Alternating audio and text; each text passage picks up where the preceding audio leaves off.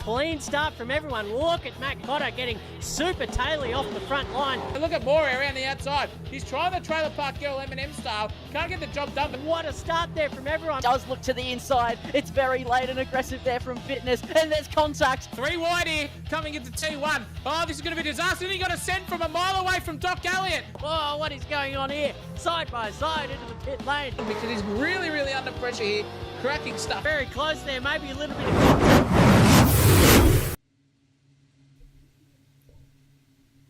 Good evening, ladies and gentlemen. It's good to be back. We're here at the Super 2 extravaganza, the final round of the season here at Symmons Plains Raceway, and joined for the first time in a long time, the man on holidays, the Thailand terror, Mr. Zach O'Reilly is joining me in the commentary box. Oh, mate, I'm lucky to be here. I copped a bit of the old syphilis, I reckon, while I was over there, fishing around there with the old folk of Thailand, man, woman or beast. But we are back, don't you worry, ladies and gentlemen. And this is going to be a belter. I cannot wait. This is the final round, ladies and gentlemen, of the season.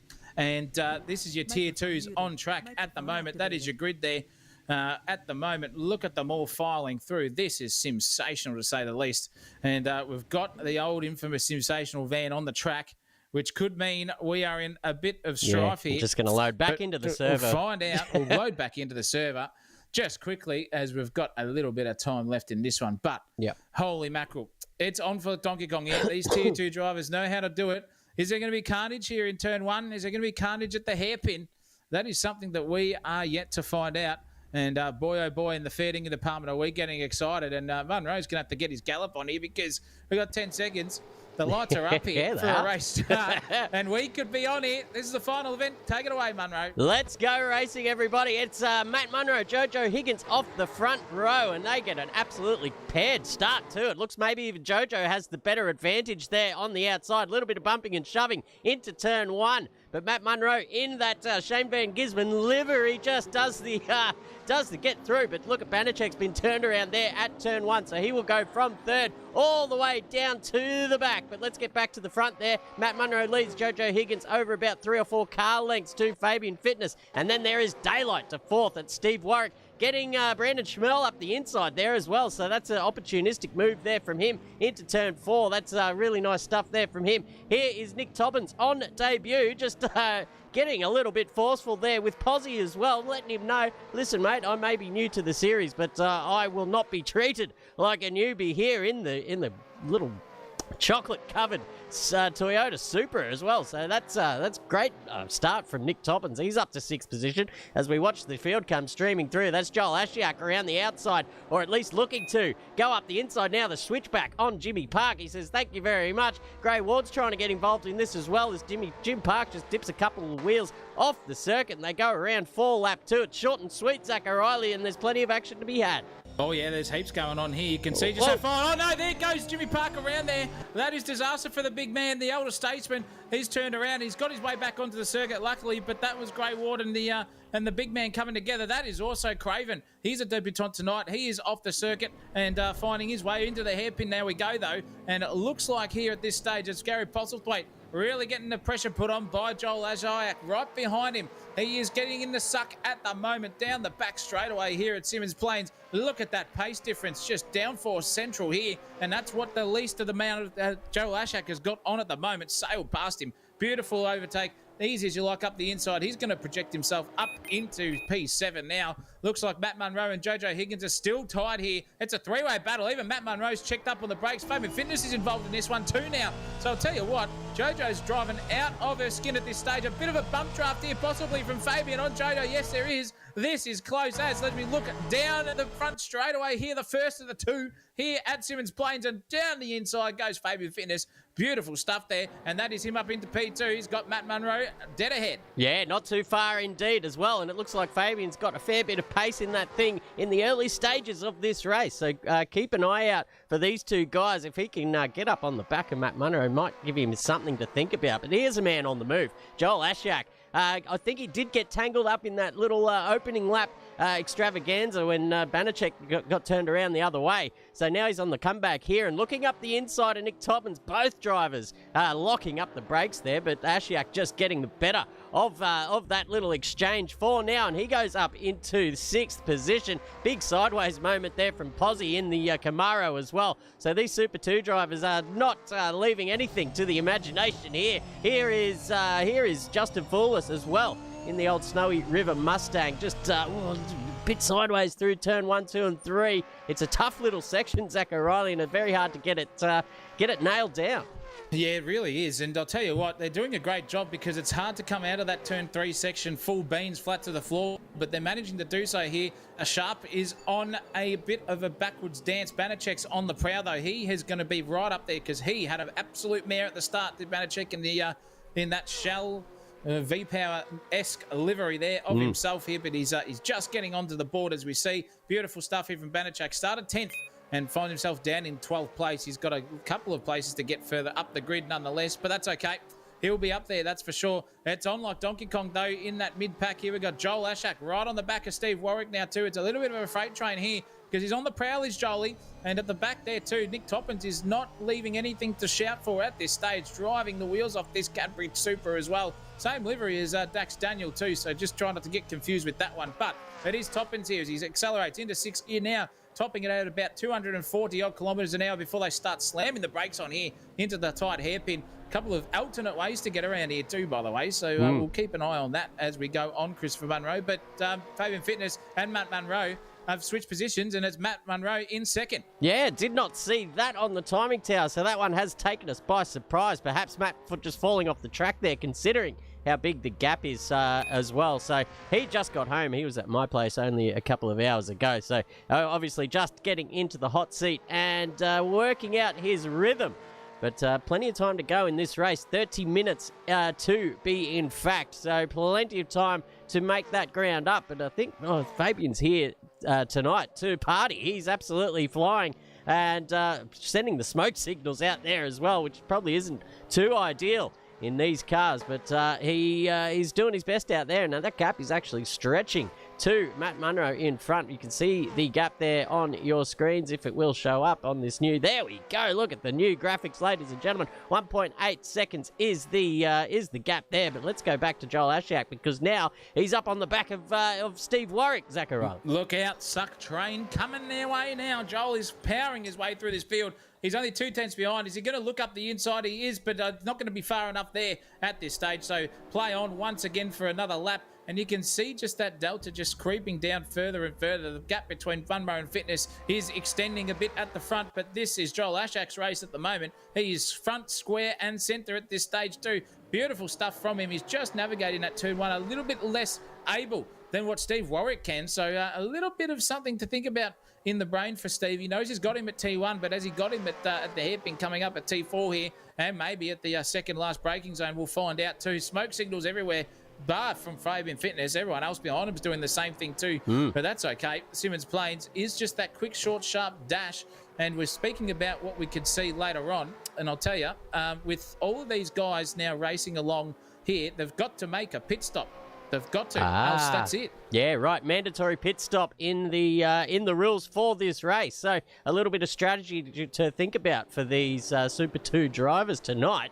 That's certainly going to keep them on their toes. Steve Harrison down here in that nice looking, what would you call it? Gradient style livery. I like the look of that. I like the color scheme. But he's down here in 15th position, so he's got a bit of work to be done, but there's an absolutely beat-up Mustang in front of him. By the way of Jim Park, that thing has seen better days. Whoa. Look at that thing. That front bar is hanging off, and he's really struggling to get that car around the circuit, but plows on past the pit lane. He will probably think about coming in at some point to get that damaged fixed because that looks like a handful to drive. Yeah, it looks like a Mike Tyson's opponent back in the early 80s, late 90s there. And the front end just smashed a pillar to post. But look at this guy. He's still trying to find his way past Steve Warwick. These three have not let go of each other, really. No. And I'll tell you what, Justin Foulis is coming involved in this one too. So these tyres that they're on at the moment, I'm electing that they are on the softs at this stage based on the pace. they're going to have to come in soon and change for a set of hards, and it's going to be the best man on those tyres who's going to get there last. Realistically, is the undercut powerful though, or is the overcut more powerful here at Symmons Plains Raceway? We saw it work sometimes at Barbagallo. The undercut did work, and then sometimes the overcut. So it's still a bit of a two-sided thing here, Christopher Munro, for this tonight. But these Tier 2 drivers definitely showing us how to go racing and do it relatively cleanly here before coming to grips with either side of their own cars, so to speak. Yeah, I think it all just depends on whether you can get clean air when you come into your out lap, and the few laps that precede it. Because it's such a small track, and it is kind of hard to overtake here as well. There aren't very many opportunities to get that overtake done. These guys are going to be doing plenty of laps around here, but if you do get stuck at the back of a train like Foulis is here, and Toppins as well, you can see he doesn't want to force the issue on Joel Ashiak in front, but they probably have the pace on him at this point in time.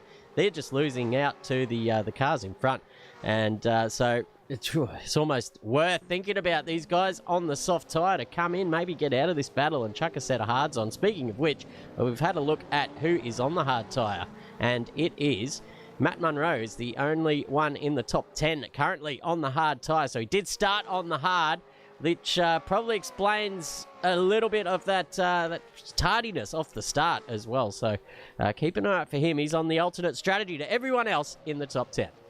Yeah, well, he's got a lot of clean air in front of him too. So Fabian's skipping away, which is great for him. He's in clean air, but then so is Matt Munro realistically as well.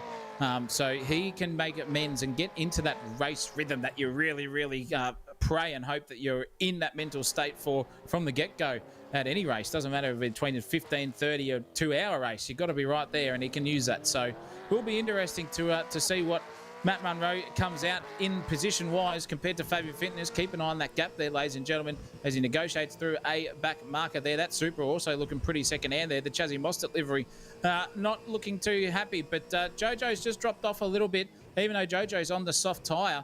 Matt Munro really showing the true pace here of himself. He's still not been slower than what Jojo is in third place. Cracking stuff. Yeah, backed himself there on the hard tyre to start. So, and it's worked out for him so far because he can come out later on the soft. But there's a late move there from Nick Toppins, and he is now joined on the inside by Foulis. Foulis gets out of the throttle, and wisely so, as they navigate a blue flagger as well early on in this race. That's just it's negatively impacted these guys, and a little bit of a bump there.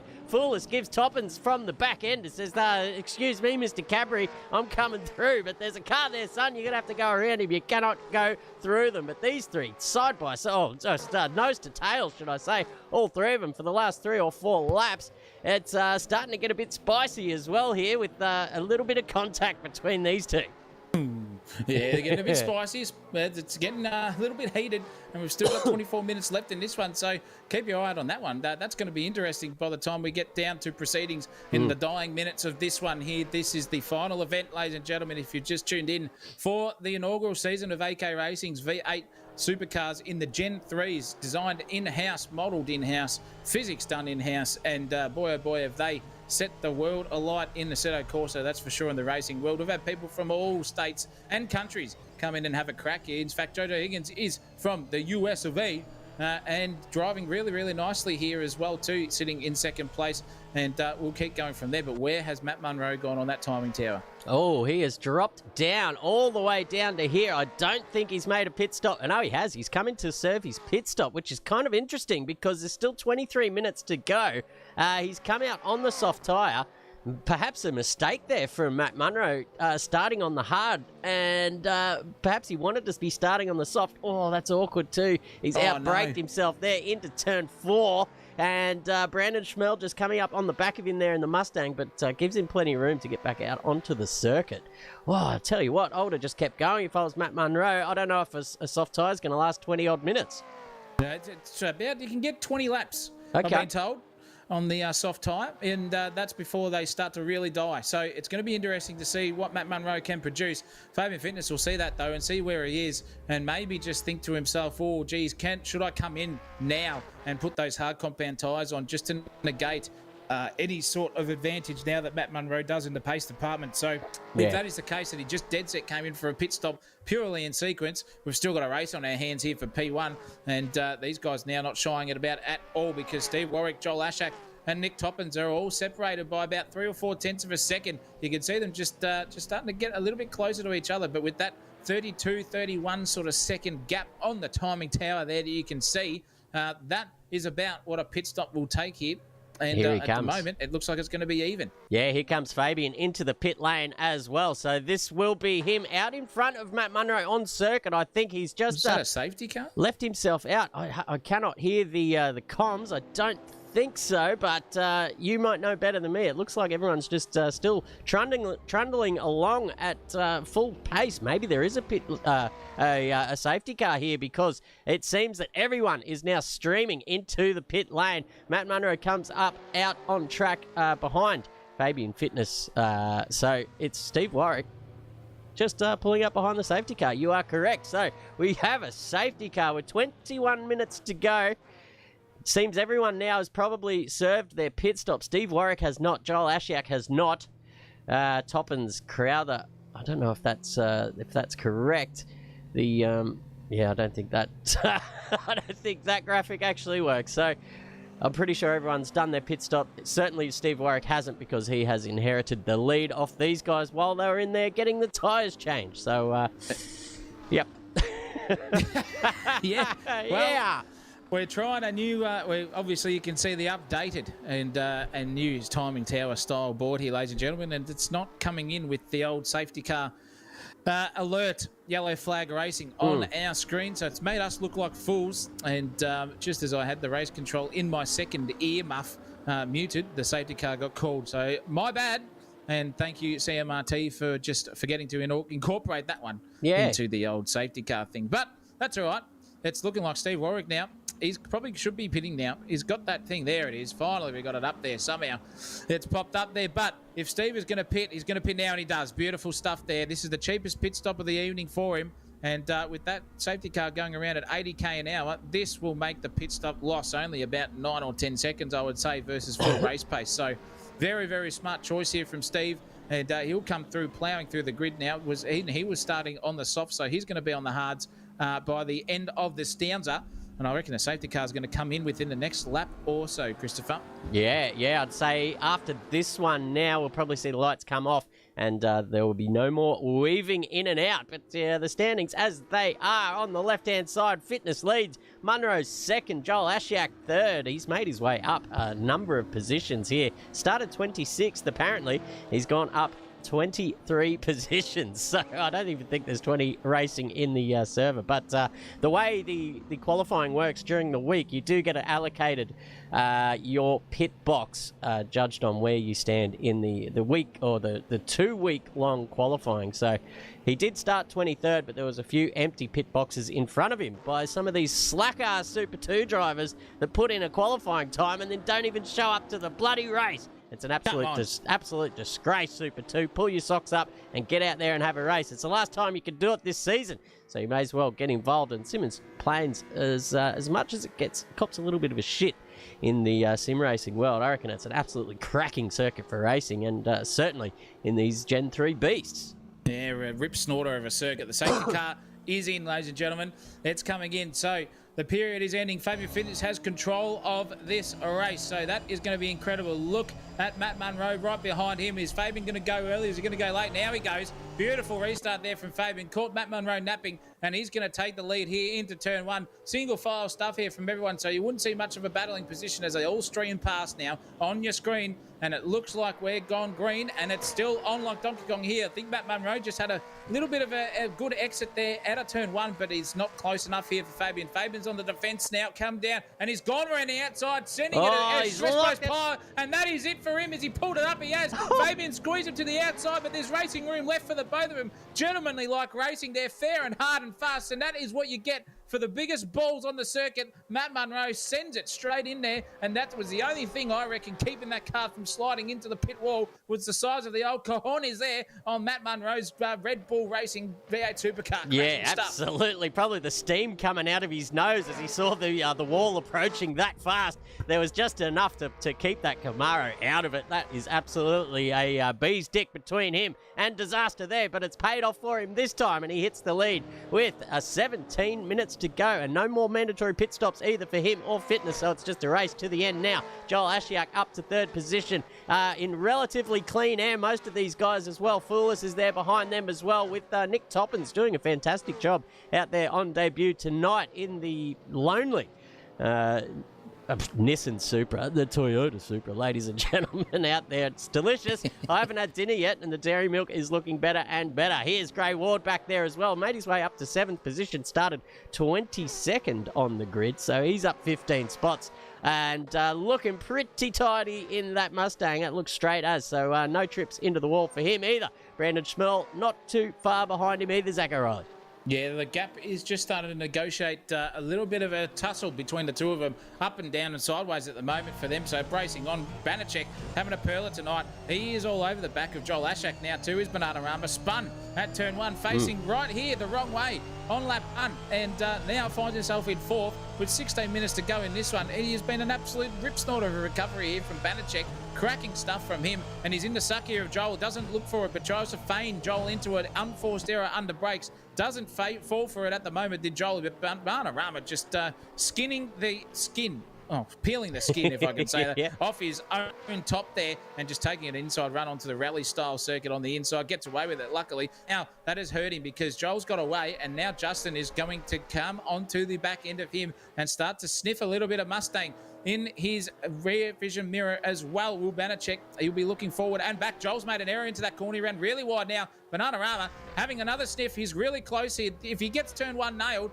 this could be a P3 coming Fabian Fitness, Banachek's way over Joel Ashak. Yeah, absolutely. He's just caught Ashiak napping there a little bit, and I think, as you can see, the body language from that Camaro in front, just not quite comfortable yet after the restart. We saw him before that in the first stint, just absolutely flying along, but now I think he's just not feeling as comfortable as he was in that first stint, especially with that bright banana yellow Mustang in his rear view mirror. But I'll tell you what, Banachek's got his own problems with Justin Foulis behind him. He probably is hoping for a few of those banana peels to come shooting out the exhaust pipe here and spin him up for just to give him some sort of reprieve, and he can attack Joel Ashiak in front. But there's nowhere to go because look at how close Foulis is, maybe trying to send it around the outside. Now, a little bit of an overlap as well, but Foulis is going to try and stick it fat around the outside here at the turn. Oh, big slide there as well with Foulis just gathering it up, and they march along one by one again for another lap. And here comes Toppins with all this battling in front. It's now a 4-way tussle, and exciting stuff with 14 minutes to go.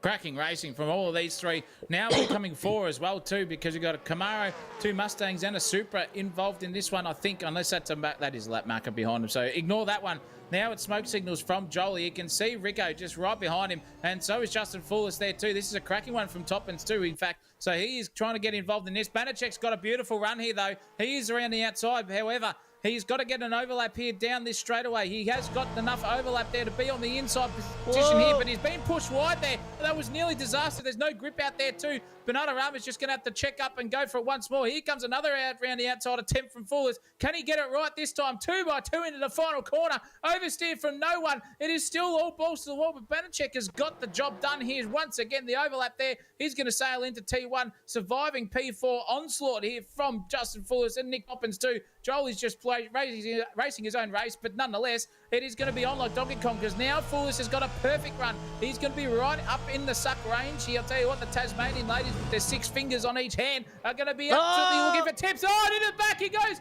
He pushes old Ashak out of the way, but he pushes himself way too wide there, full-on kamikaze style, and he came out the wrong end of it. Now Bananarama's going to have a good crack at this one. It is, again, a Groundhog Day event, and look at Bananarama trying to go up the inside, the outside, dancing around wherever he wants. Not the place to go. If he does this move and doesn't pull it off, these guys are behind are going to be right in there again. Jolie's gone super deep under brakes. Going for the switchback here is Bananarama too. Oh, cracking racing.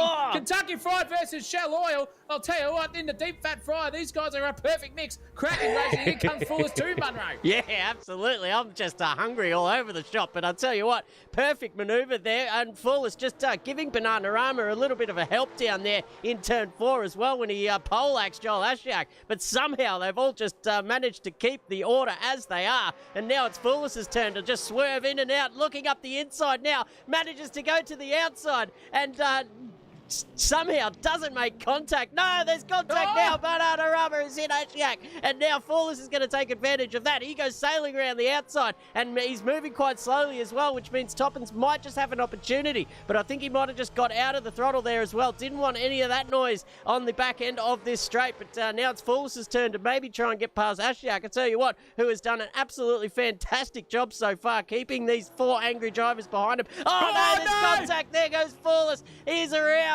And Banachek has pulled over to the side to wait for him. He's going to be waiting quite some time because it's hard to get these cars started off a slippery surface like the grass, and they drop down the order like a stone here at the moment. Brody Barber going to go up the inside, or at least have a little bit of a dip, and why not? He's seen him come in off the bunda, but Fullers manages to hold on to that position for now. That's a climactic, anti-climactic finish to this race, or to that battle, should I say.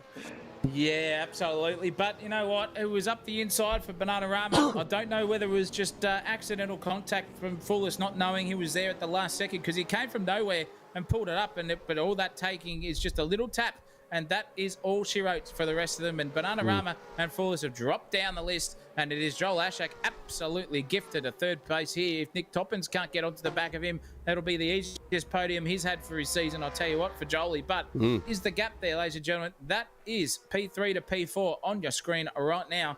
And at this rate, it is the overtake master here, Joel Ashak.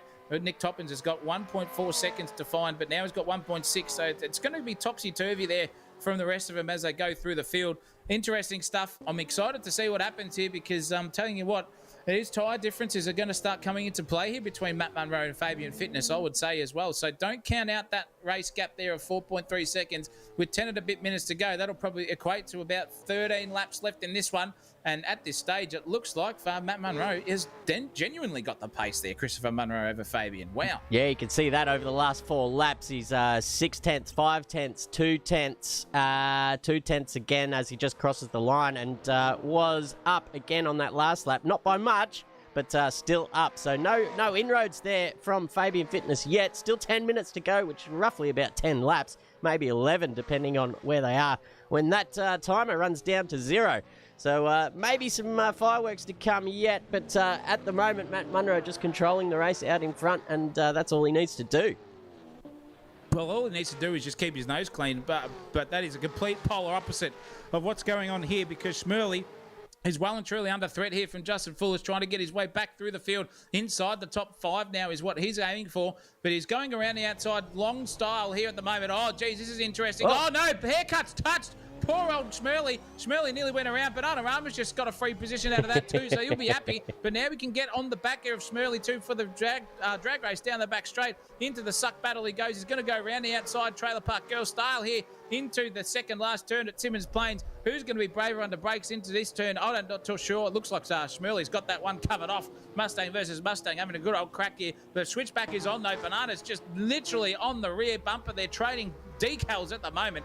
These two, classic stuff here, classic racing. And I'll tell you what, I don't think Brody Barber's had enough yet. He's not waving the white flag too early. If he can get onto a couple of these positions, if these guys battle, he might find himself inside the top 5 by the time they catch up to Gray Ward, who is really under pressure here from Justin Fullers too. Yeah, absolutely. It's all starting to kick off now with 8 minutes to go. The mid-pack is feisty indeed. You can see there just Gray Ward just outbraking himself just a little bit there, and that's all you need, that invitation for Justin Fullers to sneak his car up the inside there on the exit of turn 4, and they're both going to go side by side here down the back straight. A small overlap there now, but with Gray Ward having the inside, he might just be clear of him, and he might just be able to turn across the nose. He does, and doesn't leave much to the imagination there either. Fullers saw him coming, got out of it, and thankfully so. But they're going to race on hard as usual, and Schmerley, Banachek, and Barber will follow in behind. And I'll tell you what, if they keep battling like this, a little bit of a touch there as well, maybe some contact, but Grey Ward keeping it steady, and all he's got to do is hold on for geez, that's a crazy move there from Foolish. Oh, no, and then he's just put him into the wall. Oh, that's a horrible end to Grey Ward's race. He's only dropped 3-4 positions, but maybe some damage there as well. Just the angle that he hit that wall looked very, very awkward, Zach O'Reilly. It did look super awkward there. Hopefully he hasn't got steering damage. Let's have a look at the old visual aspect of that Mustang. Look at that rear wing. It is as bent as Freddie Mercury at the moment, unfortunately for him. Sideways at this stage. Looking at the rear bumpers hanging off too. So a bit of damage in the rear end. The front sort of came out clear, but he's racing on at full pace here. So it might be a little bit to think about. But disappointing end to that little battle. Bananarama, however, has got a beautiful run from all of that. He got 2 positions for free with that incident there too. He got past Schmerl and past Grey Ward. So now Justin Foolish is probably starting to think a little bit sheepishly about that move, and they might be in a bit of trouble there with the stewards after that one, especially coming out of there at 200k an hour, accelerating full beans on the slide too, and just has a bit of a contact there with poor old Grey Ward. But no disrespect to Justin Foolish. Grey Ward literally was keeping up with all these guys in front, so a cracking race from him so far. Yeah, absolutely. He'd be absolutely spewing too, knowing Wardy after we had a little trip to the VR Motorsports sim racing place up here in Brizzy over the last couple of weeks. He can get a little bit hot-headed, so I'd imagine he'd be pretty pissed off right now with that. But Foolish races on. He will be answering to the stewards after this round, but that's one for them to sort out. At the moment, Matt Munro and Fabian Fitness are a little bit closer than they were a couple of laps ago, if that will come up. It's 3.82 the gap at the moment, but it is creeping down from about 4.5 seconds. So Matt Munro maybe just taking the pedal off the metal for now and just trying to keep that car straight to the end. Or perhaps Fabian's just starting to get that tyre delta down where he does have the advantage in pace. But that will remain to be seen. We've got 5 minutes to go in this race, so we're going to see how that plays out in the rest of it. But down here, this is probably the closest battle on track here. Rick Banachek closing in on the back of the man of the moment here, Justin Foolish, in all the action over the last 15 minutes. He's given us something to cheer about, that's for sure, and commentate too. Don't you worry about that. But Bananarama looks to genuinely have pace over him now too, with 5 minutes 16 left in this one.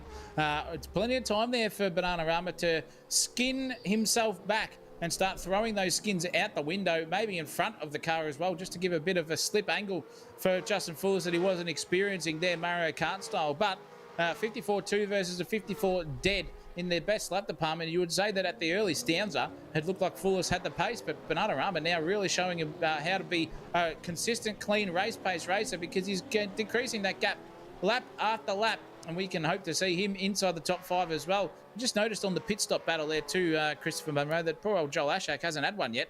And that's what it tells us on the Delta. Whether that's true or not, I'm not too sure. Same with Nick Toppin. So it could be a P3 and P4 here by default for Foolish and Banachek. Yeah, I'm trying to think if these guys have come through the pit lane or not.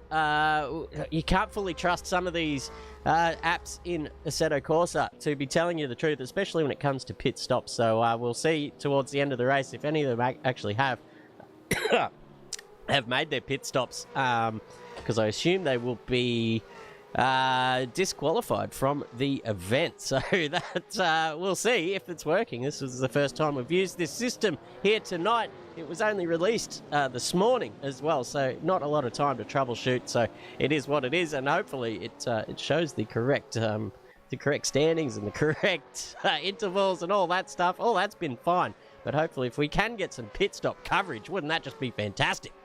Oh, bloody hell, would be if we had time here and had another third person here to just help us with those pit stops, say, yep, tick those guys off, they've had one. Yeah. I think everyone has pitted, just saying that in my memory, Christopher Munro, I was just trusting what our instruments were telling us, but the brain was telling me something else, so trust the old cranium next time. Yeah.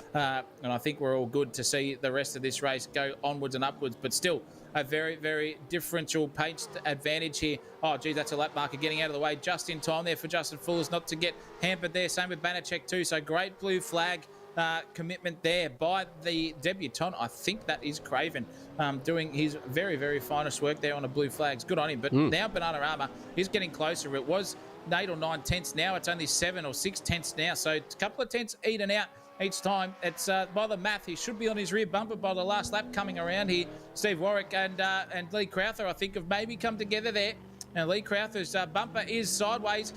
Not the best end for his season here for Lebo, but he's still inside the top 10. He'll be happy with that. Don't you worry about this. With 2 minutes 36 in this one, Christopher. It's still on, like Donkey Kong. Fabian, 3.5 seconds. Not close enough, I would think, unless Matt Munro has an absolute mare at one of the corners. Looks like it's going to be a Munro Fitness 1-2. Yeah, well, you can see in the tyre life department, Matt Munro going 21 laps so far on that set of soft tyres. So I think they will be well and truly starting to feel the burn around this circuit, especially that turn that Fabian's just come around. It's a high-speed right-hander. So the left-hand tyres are going to be just lent on that whole time.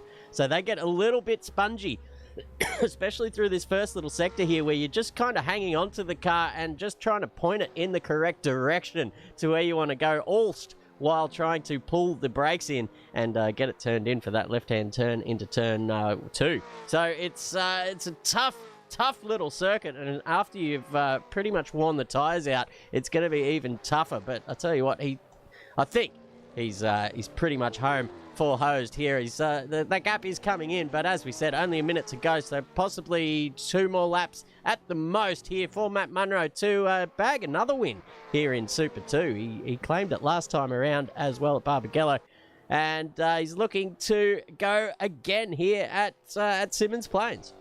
Yeah, good on him. Cracking stuff. Kept his nose clean for the majority of the race too as well. That's how you go racing and winning, and that's for sure. Brody Barber's having a cracker of a race too there for himself in P7, just briefly on the screen. But with 2 laps to go, this will be the penultimate one for Matt Munro. He's just got to keep the nose clean, keep himself in that rhythm, not think about the checkered flag until he sees it waved, and that is the difference we will see. You can see on the bottom, on the middle of your left-hand side screen there, the gap between Banachek and Foolish ever getting closer once again. 0.3 of a second now. He's got 2 laps to maybe get onto a passing manoeuvre here as Bananarama. Top 5 for him. He'll be tasting that one for sure. Geez, that was a close blue flag just sitting on the edge of the track there. And these battles are going on here. Oh, no, there it is. That's the opportunity we need now. And there goes Bananarama. Foolish, unforced error at himself. Bit of karma, I think, from Grey Ward's error there too, with himself in the collision department. Here comes a haircut too around the outside. He's going to trailer park girl him. Hopefully here, put some clippers into it, Barber. Yes, he does. Beautiful under brakes there. Has he outbraked himself? He might have just, but he's going to be thereabouts on the exit. Beautiful. But it's an overlap race here. Now it's a drag race of who's got the least amount of downforce on here. And I think just by that less stanza there and that bonnet also flapping around there, it's hampering his downforce and top speed too on the back straight. He's going for it again. Oh, haircut. Get out of the bunda, son. Get back on the black stuff there, mate. You won't win it, but Foolish gets out of that one. But Bananarama inside the top 10. This is the final lap of the race. Matt Munro's at the hairpin now too. So it looks like if Bananarama can keep himself clean, he'll get a top 5. But Nick Toppins and Joel Ashak are right on the top of each other again. This is the battle where we want to see here for the final lap of this event. Cracking stuff. Has Jolie got enough pace here? Is Toppins just going to do exactly that and top his way out and get a P3? Well, he's going to go for it here. I think he's lining him up, maybe going around the outside now, and why not? It's the final lap, ladies and gentlemen, but Ashak just having the better line there and a little bit of a wiggle there from Toppins. But Matt Munro now crossing the line for the win. Started first on the grid, so that graphic doesn't work either, so we'll get onto the developers about that. But that is I think it might even be a hat trick of wins for Matt since he's coming back down to Super 2. He'll be happy about that. Does the celebratory slide around as well. Nick Toppins on the right on the back of Joel Ashiak as they cross the line, but Ashiak will hold on to 3rd position. Fabian Fitness crossing the line in 2nd. Joel Ashiak 3rd, Nick Toppins 4th. Banachek, what could have been, he started up there right up the front, but he was turned around very early in that race. So he had a bit of adversity to overcome in that one. Justin Foolish, we saw getting his elbows out in that race. Brody Barber behind him. Brandon Schmel, Steve Warwick, and Lee Crowther rounding out your top 10, ladies and gentlemen. Beautiful stuff, and a good event. Classic way to finish the Tier 2 Downs Up here for their final dance in the current AK Racing Gen 3 V8 Supercars. A best place, I would say, here for Matt Munro. A hat-trick of wins there, possibly, from everyone in Sundry here at SimSational TV. Congratulations on the hat-trick to Matt Munro. Steve Harrison, Gray Ward, Sharp, Dax Daniel, Jimmy Park and Geitzman take out the rest of the grid who did finish. But it's good to see all these guys having a little bit of fun here on the final lap. Burnout, smoke signals, you name it, everywhere. They might as well. It's the last time they're going to be racing this style of V8 Supercars for a little bit of the future coming their way. But that was a perler. That was absolutely fantastic. 35 minutes. Perfect amount of racing time for these guys here. And I'll tell you what, they're going to be happy with that finish. Panorama, 5th place. Joel Ashak on the podium with Fabian Fitness taking out 2nd. And once again, Matt Munro, that Red Bull car, doing what Red Bull cars things do in real life. Again, another win for the big man. Yeah, absolutely. He's happy about that. And I think he's happy the season's ending now. He can put his, I guess, that terrible start to his main grid campaign behind him and look to the future to start fresh the next time around. Here he is, down the back of the paddock, doing some doughies out there and slamming it into the fence. And why not? It's concluded a fantastic round of Super 2 and a fantastic season of Super 2. So we're going to thank all of our drivers for turning up every week. You guys know who you are. Some do it better than others. Hopefully, the more that we do it, we will get... that was a perfect little entry there from Ashiak, just pulling up nicely next to the winner there of that race. But the more we do it, hopefully we get the more regulars that turn up and we can have some real bust-ass racing down here in Super 2.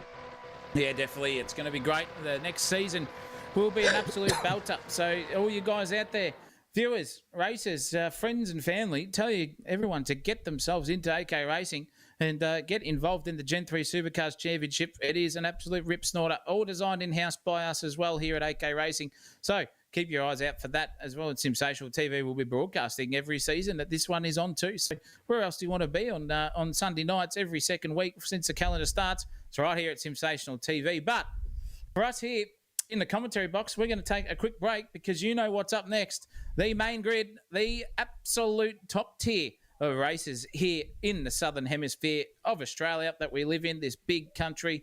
And I'll tell you what, you are going to be in for an absolute treat, viewers, in here. So strap in, sit back, relax, go get yourselves those condiments refilled because SimSational TV will be back for qualifying for the Tier 1, guys, a 3-race event coming your way. Don't go anywhere.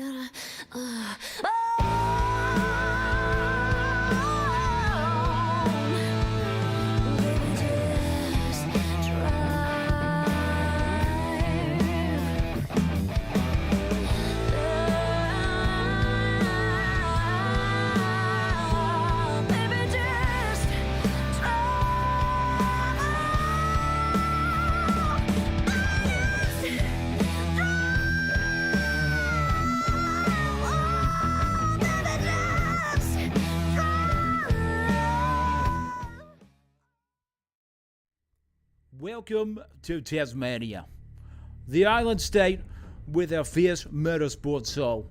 And right here, just 30k south of Launceston, lies the beating heart of that spirit, Symmons Plains Raceway.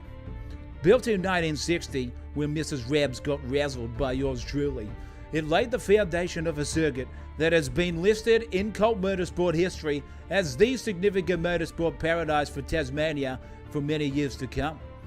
This isn't just the final stop on the V8 Supercars calendar. This is one of the purest tests of man and machine in the championship. A short, sharp, high-intensity circuit that demands everything from the drivers and gives fans everything they crave. At just over 2.4 kilometers, Symmons Plains is about precision under pressure. The hairpin at turn 4, notorious. The drag down the back straight, relentless. The margin for error, measured in tenths, sometimes less. But this is where legends thrive. From O'Reilly to Munro, the greats have left their mark on this Tasmanian tarmac, and now a new generation is ready to write the next chapter. Who will take the honours in the inaugural season of Gen 3? Will it be Alex McEwen with his calm and cool mental state? Or will it be Matt Cotter, relentless, unforgiving, and as pure on-edge driving gets? Well, it's all to find out, ladies and gentlemen, so buckle in, feel the rumble, hear the roar, because this is Gen 3 Supercars at Symmons Plains. This is SimSational TV, and just like Rabs in the bedroom, it'll be fast, fierce, and unforgettable.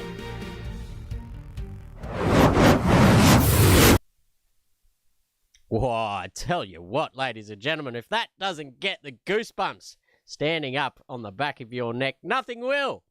Welcome back to the studio for the first time tonight after that ripping Super 2 battle of a race we saw just before Zach O'Reilly. Congratulations to everyone that participated in Super 2, and it was good to see, and it was a fitting battle to end the race.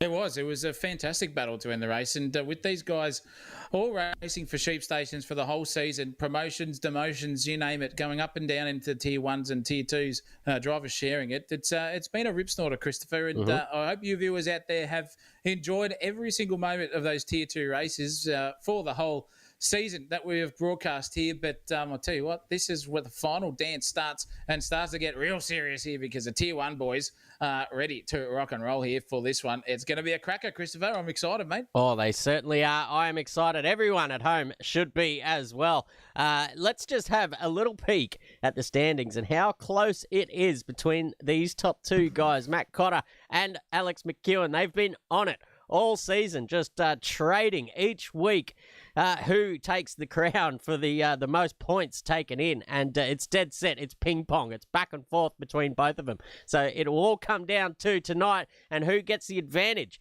over the other one in the 3 races that we have planned for this evening. Matt Cotter on 40-80. And only 38 points behind is Alex McEwen. So it's dead set. Whoever beats the other one out there on the circuit that will take home the coveted first season of Gen 3 Supercars. Yeah, and it's going to be a rate of attrition, I reckon. The 2 fierce competitors, as Rabs was talking about there earlier, have got to start putting their mark to give yours truly and the man beside me here in the commentary box something to look back at and get some cherished memories there. But with everyone else in the championship, 3rd, 4th, and 5th is pretty close there as well. Oh, sorry, 4th, 5th, and 6th is very close on the championship standings between Pierce, Hanley, and Elliott. And everyone else, Fergo, Cordham, Nielsen and Marshall, cracking stuff to get themselves inside the top 10. And all the other competitors inside the top 20 from 11th downwards. Thank you for being here for this one, but that doesn't mean anything because the racing's going to get started very shortly, Christopher. Yeah, absolutely. That will be happening very shortly, ladies and gentlemen. So I think they're out there now for qualifying. So I will load my ass into the server as we have a quick quiz at the top 10 teams. Obviously, Project 4 out there in front, fairly dominant this season. Both of their drivers hitting their marks pretty much all the way through, with AK Racing following them down the track there. So a bit of an upset if AK can come out on top, but it remains to be seen yet, because we've got plenty of racing to come in this season. Only 3, but it's going to seem like 3 rounds by the end of it, especially around this tiny little circuit that we call Symmons Plains. So without further ado, I think the guys are out there just tuning up their cars for the qualifying session to come. So you know what it's going to be, ladies and gentlemen. For the last time this season, let's go racing.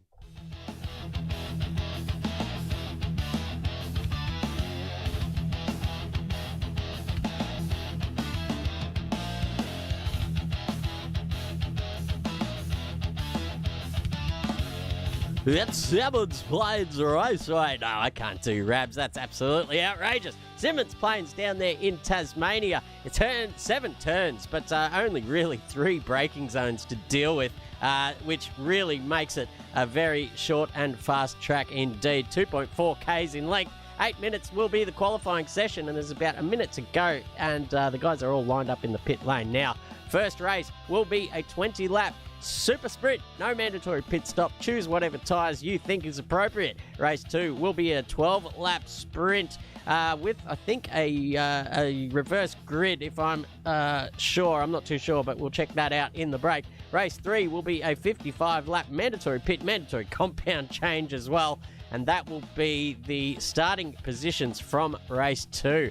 Fastest in practice. It's took him 8 rounds in the season, but finally he's got to the top of the step. It's Andrew Ferguson up there with a 52.741. Zach O'Reilly, we're going to go back down onto the track. Let's see what these guys are going to get up to here. We've got 30 seconds to go on the clock before we are green light qualifying. Yep, definitely. It's going to be exciting, and leading us out there, I cannot see who that is. I think that is Matt Cotter out in front there at the start, just getting himself fresh and fit. It is too. He's ready to go. The racing stripes are on for AK Racing. We saw the team championship battle there just before. It looks like AK Racing can't get the job done over Project 4, but it's all on like Donkey Kong. There's a man who was your fastest on the server in second place. We're about to go out onto the racetrack, and beautiful stuff there. Matt Cotter starting the proceeding, single file out there, sort of style now. And this is the biggest 8 minutes of these boys' lives so far in 2025. It is qualifying to start them out for the 20-lapper coming their way. The second race is a reverse top 15 grid from where they start in race, where they finish in race 1, and then they're finishing positions for race 2. Slot themselves over into race 3, and that will be the final main dance event for tonight. So get yourself set for that. Speaking of getting set, galloping away at 100 mile an hour, here's the man with the sharpest dancing of the car behaviour on the grid, Matthew Cotter, and he is about to start his flying lap here. Christopher Munro, what better person to start this lap and this qualifying session with the man who's leading the championship, Matt Cotter. You can take it away, me old son. All right, let's go through the final turn. It's a dancing, balancing act there with the right foot to keep the arse end in. Now through the whoop-de-doo section, you want to be as far over to the right as you can. Not what Matt Cotter just did, backing it in sideways, wheel fully to the left. That's some wild stuff to start his banker lap. But Matt Cotter, this is really the attitude that he's going to have tonight. It's foreshadowing, ladies and gentlemen. He is balls to the wall. Look at that full corrective surgery on the way in and on the way out of turn 4. Matt Cotter loves this circuit as well. He had a famous victory here in the early days over a man called Andy O'Hara. And if you've been around the sim racing scene, you know that name certainly well enough to know that this guy means business here, Matt Cotter. He loves Symmons Plains, and you can see the corrective steering down into the final turn. And as we said, it's all a balancing act here, just trying to get the pedal down. You can see in your telemetry systems how smooth you have to be to get it across the line. And he goes across the line with a 53.2. So that is actually pretty quick considering the, well, ugly shape that he was in through turn 1, 2, and 3 there. So I guess plenty of time to come here as they all start crossing the line now. And the times come in thick and fast. Will Kirk up there into second position with a 53.5. Yeah, cracking stuff from the captain. He's on the ball quickly and early too, but these tyres will take about 1.5, maybe 2 laps to start to phase into their top grip percentage, depending on the pressure that they've put up. So we'll see those times maybe tumble again if Matt Cotter can do so. It looks like he is. He's setting some purple mid-sectors there as well, and it's looking pretty damn solid here for Matt Cotter, sliding the car through as he does very, very gracefully also. So we'll see what his second lap's going to produce here in the grand scheme of things. A fastest than a PB. Is it going to be a quicker lap time? It is. It's a 52.871 there from Matt Cotter into the 52. He's the first car for tonight to do so. And everyone else behind him's got a good 6 or 7 tenths to make up to get anywhere in there. Nick Mellow's gone bang into third. Then Alex McEwen's gone bang with a 53.1 as well. Scotty Garrick and Nick Mellow separated by an absolute bee's dick for over third and fourth as also. It's there too. So plenty of cars coming in now. McEwen is trying to hunt down Matt Cotter there. The 2 championship contenders, P1 and 2 to start off proceedings, just like the Server Championship says. And at this rate, it looks all in Matt Cotter's hands. Is Alex McEwen going to be able to get those times up better up to the grid? We'll find out in 4.5 minutes' time. It is one of those circuits where you can get a lot of overtaking done in the qualifying arena, and I think that's what Alex McEwen has to do to take this fight to the championship leader going into race 1 here. He's about 3 tenths behind overall, but has slightly improved on this lap so far. But Matt Cotter just setting purple sectors all over the show at the moment, and that's not going to be an improvement there from Alex McEwen. It's only a 53.388, so he really needs to knuckle down and probably shave half a second off that if he wants to really come into contact here with Cotter, who makes a big mistake into turn 4 as well. His best is a 52.8. Ferguson is up there as well with the 53 dead. Not too bad indeed. The old boy just, he loves this, sir. He loves Barbagallo. He loves, he's going to love this track now as well after he went fastest during the week. So just hitting his straps late is Andrew Ferguson as well. So he might just have something to say and a little spanner to throw into the works. But Nick Mello goes fastest in Sector 2 as well. So the Project 4 boys both have something to say about this this AK Racing domination here in the final round, with Matt Cotter out there by, well, 6 tenths so far. Yeah, definitely. And Nick Mello goes into third place with a 53 dead. So he's promoted himself back up into third place, jumped his teammate there and Alex McEwen. So 4 and 43, P3 and 4 on the grid there. Fergo only 16 hundredths away from taking Matt Cotter's crown of P1, and he's showing us how to do it. This man on screen now, Dean Hanley, is going to be somewhere up there. Top 5 for him. Qualifying is not his strong suit, self-admittedly. That is not my criticism. That is him saying it to everyone out there. But the race pace is where this guy has been able to shine through the week, and he's probably given, I think, Nick Mello there maybe half a suck down the back straightaway. Yeah. Not ideal. And he's not on for a quick one here. He'll just reset for the final 2.5 minutes to get himself further up the grid if he possibly can. Sitting in 5th at the moment, 4.4 tenths away from taking over Matt Cotter. And Matt Cotter's in the pits, actually, so that could be it for him. Fergo, however, just improved, but it hasn't been enough to take over the big man in front, Matt Cotter. So Fergo showing his pace early here. Really driving the tits off that Mustang at this stage. Cracking stuff from him. What has Alex McEwen got? Because Captain Kirk's just outdone him into P4. Yeah, he's just navigating some traffic that have come out of the pits as well. So we're going to get an idea of his first sector time as he gets down towards the turn 4. And he's 4 tenths down already, ladies and gentlemen, and slides that Mustang in very much. I'll give you 10 out of 10 for style points there with the old sideways action. But let's see if that has translated to some kind of sector time here in Sector 2. He really needs to pull it out. No, he's just dropped in another 10th as well. So he's down big time now on Matt Cotter, who is just showing a clean pair of heels out there at the moment. Andrew Ferguson currently crossing the line, still on a 52.9, still on a 52.8. So that's pretty much baseline. I don't know how much quicker these guys are going to go from that. Can Alex McEwen? Admittedly, he says he hasn't had a lot of practice this week. I find that hard to believe. He's on uni holidays and he's fighting for a championship, as if he hasn't done 500 laps practice offline. Yeah, we all know what he does on the outside. Just a bit of tomfoolery here in the commentary box, but he can't get that same sector time that Matt Cotter does in the first. 2/10 down alone in there, trying a handbrake trick around the outside into the hairpin. I said there was a couple of different manoeuvres to get around that one, and it's one person who's perfected that is Andrew Ferguson. He's doing really, really well inside the top three. Only 600ths a second now away from Matt Cotter, which is cracking stuff. But Alex McEwen sets a purple second sector, so that is incredible. Here he goes, 17.902. We're on here now. What can Alex McEwen produce? Has he got that planted to the floor in the right correction? Onto the grass he goes, but it won't help him too much. Oh, geez, 52.973. Only good enough for third, though. But he's got one more lap to go. If he can put it together, he can get that first sector, correct. 2/10 down in there, still puts it into third. He could be taking pole here of Matt Cotter. Yeah, absolutely. We'll see how Cotter's going on this lap. He's 3 sectors down, so he's not going to improve that time, and he will get one more bite at the cherry as well. Let's see how McEwen's going. He's got a yellow sector in the first one, so not great there, but we've seen he is quicker in sector 2 and 3, and on that last time around, he did flirt with the grass on the outside of the final turn, so if he just needs to clean that up, he could possibly pull out a tenth even. And I'll tell you what, a 10th isn't going to be enough. It's going to be a 10th plus 2,000ths, but he dips it into the pits. He knows he waves the white flag. That could be the end for...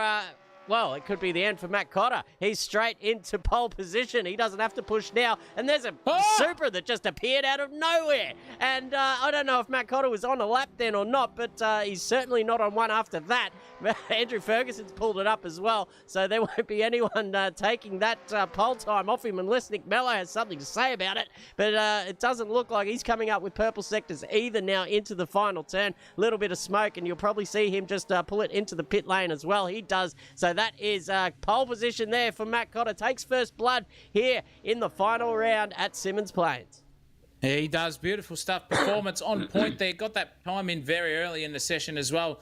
And with clear track in front of him, it definitely helped. That was Dion Clerk just appearing out of nowhere in that Super as well. So a bit of connection issues there for Dion. But first blood, as Munro just said, goes to Matt Cotter. He started to skim the meat off that lamb chop that this circuit looks like there, lamb cutlet. And that is qualifying, ladies and gentlemen. Matt Cotter in first. Andrew Ferguson starts right next to him off the front row. McEwen, Mallow off the second row. Project 4, 3 and 4. Will Kirk does a great job to get into 5th place. Harley Marshall in 16. Hanley, 7th place with the 53.319. Scotty Garrick in 8th. Jason McFadden and Doc Elliott round out your top 10 for that. No, it doesn't. And Nathan Hughes rounds out your top 10. In fact, yes, it is. It was Doc Elliott rounding out your top 10. The timing tower's just doing weird things. Find out the official proceedings from the Assetto Corsa online here. Christopher Munro, who is beyond 10th. Yeah, it looks like Lachlan Grant sneaking into 10th with Braden Moore behind him. No, Bennett, no. It's this new CSP update, I'll have to say, is an absolute shitter because it takes you out of the final standings when you leave the server. As you can see, it's just absolute rubbish. So... we might have to fix that up in the off season. Hopefully they get that fixed up anyway. But we will have the final standings once they're out there on the grid, which will only be a couple of minutes down the track. So guys, get your drinks refilled. Get your nuts, get your corn chips, get your dips, whatever you want to do, whatever you're eating here on a beautiful Sunday night here in Australia or around the world.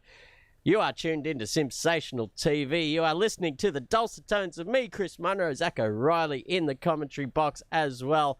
If you enjoy what you are watching and you haven't yet subscribed, please do so. It's just a couple of clicks and it goes a long way. We are purring along here at over 1K. I haven't even looked now. We're over across the big milestone. I won't have another look until we're at 10K, and hopefully that won't be too far down the track. Yeah, we'll be there, ladies and gentlemen. And speaking of where we will be, we'll be back here for race 1. 20-lapper coming your way here for the Tier 1s. Matt Cotter is off the front row with Andrew Ferguson right next to him. We know that much. But stick around. Go and get those condiments refilled. SimSational TV will be back to call the action in just a hot second.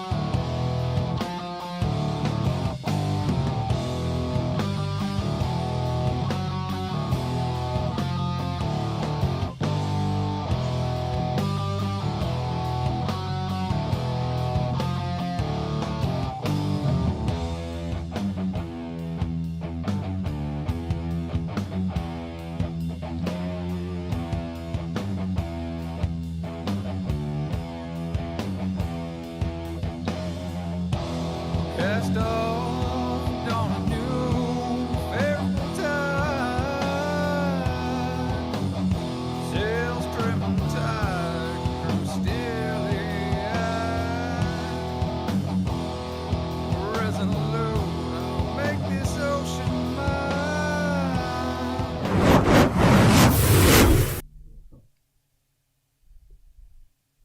We are back on circuit now. The last qualifying session of season 1 of the Gen 3 Supercars. I had to spit that lolly out. You guys don't want to hear that. Used to spitting things out. It's not an ASMR channel here in the SimSational TV. It is when you're talking, mate. It is when you're talking. But just the rest of it's just a bit. How's your father? If you ask me. Make sure you guys put the headphones on and repeat after me. No, we're not doing that, ladies and gentlemen. We've got 2 minutes and 30 seconds to go to the start of this race. And Andrew Ferguson, I feel like, is going to throw the kitchen sink at Matt Cotter there on his inside. It's going to be a spicy little adventure down into turn 1. And hopefully they all get through clean. But as we saw in Super 2, poor old Rick Banachek got turned around as well. But these guys are going to be fighting tooth and nail as well. So, well, your guess is as good as mine. Maybe pop it in the chat. Are we going to get a clean turn 1? And if you predict that correctly, Zach O'Reilly will send you a vial of his lollies that he has sucked on in the mail. Wow. And they're Munro flavoured, apparently, to the rest of the stream out there. But in the way of Christopher, not Matt. But with winner 46 to go, in all seriousness, ladies and gentlemen, we need your predictions. We need them because I'm telling you, this is all balls to the wall stuff. Fergo has got nothing to lose here in the grand scheme of things, and he's sticking it fat around the outside. Or is Cotter just going to think about his penalty points position because he's only 38 points difference between McEwen behind him. If he gets a penalty and McEwen does not, there is 40 gone straight away. There is his championship, depending on the severity. So they're going to have to be pretty tight and nimble here. I think Fergo's going to go for it, Christopher Munro. And the chat is going off. Matt Munro saying, let's go Fergo. Fabian Fitness is giving predictions to Ron to cheer on the MBR brothers, but with the rest of them, everyone out there, give us your predictions. Give the video a like too, for crying out loud. It's only 2 at the moment, and a minute to race start here, Christopher. This is it. This is your final dance, and this is race 1 of 3. Yeah, race 1 of 3 coming up shortly. It's a 12-lap dash as well, so I think the blood pressure is going to be a little bit higher than we're used to out there. 12 laps around this is going to go in the blink of an eye as well. So every mistake is compounded. Every micro victory feels like a macro victory. So these guys are going to be dead set, ready to race. And I'm just casting my eye to the second row there. That is Project 4 lockout there in the second row. Will Mello maybe just give that third position to his teammate as they cruise down into turn, or the braking for turn 2 really, is that sharp left-hander. We're going to find out though, ladies and gentlemen, because we are just about ready for a start. It's green, green, green. Here we go in the what is going on there? There we go. It's Fergo actually has the advantage, but Matt Cotter now on the inside. Fergo, a little bit of contact, and contact with McEwen. They both go around, but McEwen's managed to get through somehow, and the whole field is checked up behind them. Fergo getting back on the field. There goes, Elliott, Cook, who else? Scotty Garrett as well. Kirk, there has to be a safety car now. There's no way. There it is. The safety car lights, boards, and flags are out. Wowee, what an action-packed start. I wish we had a replay function here in Seto Corsa, ladies and gentlemen. That was spicy. We don't often see Alex McEwen get caught up in that kind of rubbish in the first turn, but you can see how much it means to him, Zach O'Reilly. I did. There was absolutely no prisoners taking, no shizen either there from Matt Cotter. And he just barrowed out of the way, Andrew Ferguson there. And then Constantino effect, as we saw, and the safety car is out as a result of that tomfoolery at the start.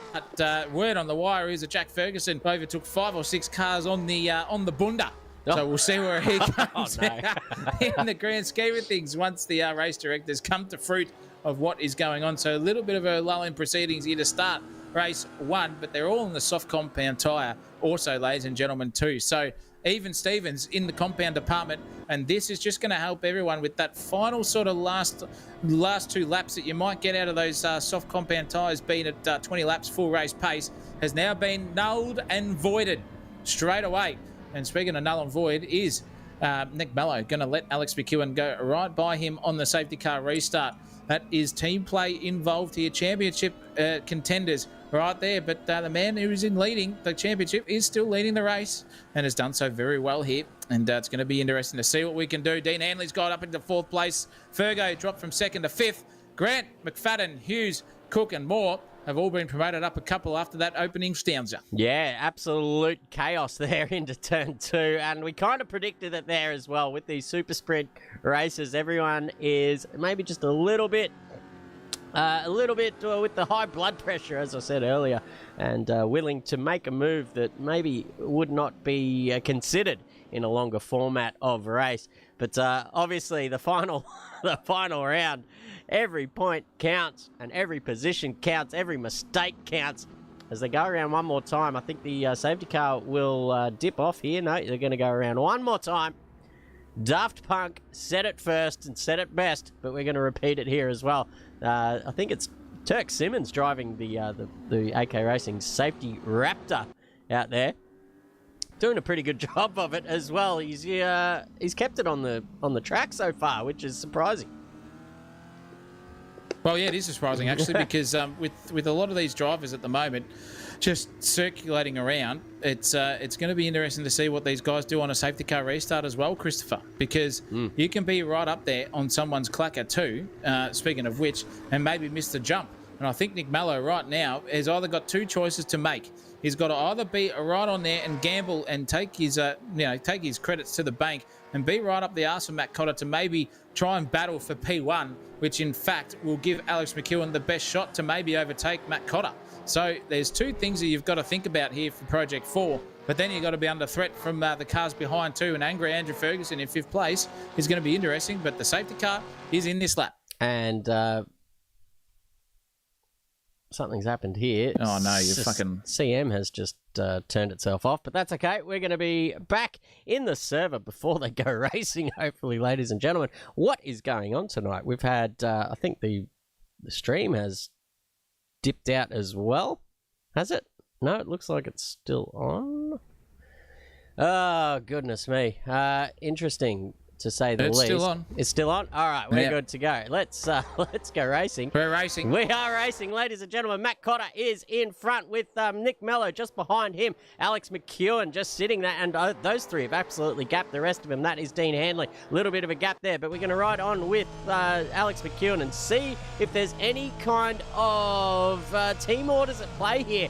As Nick Mello just sort of swerves over to the inside, which suggests a half defensive move. But here he goes, Nick Mello up and under Matt Cotter, and that's a huge move. These 2 guys are going to go flat chat here side by side. Matt Cotter with obviously a lot less rear wing going on because he has just got the top end pace here to negate that overlap, and wow, just squeezing him right up to the edge of the track. That is some dangerous stuff there. Nick Mello, big lock up into the final turn, and just slides up on the inside. Matt Cotter getting all sorts of squirrely as well. This could go either way, ladies and gentlemen.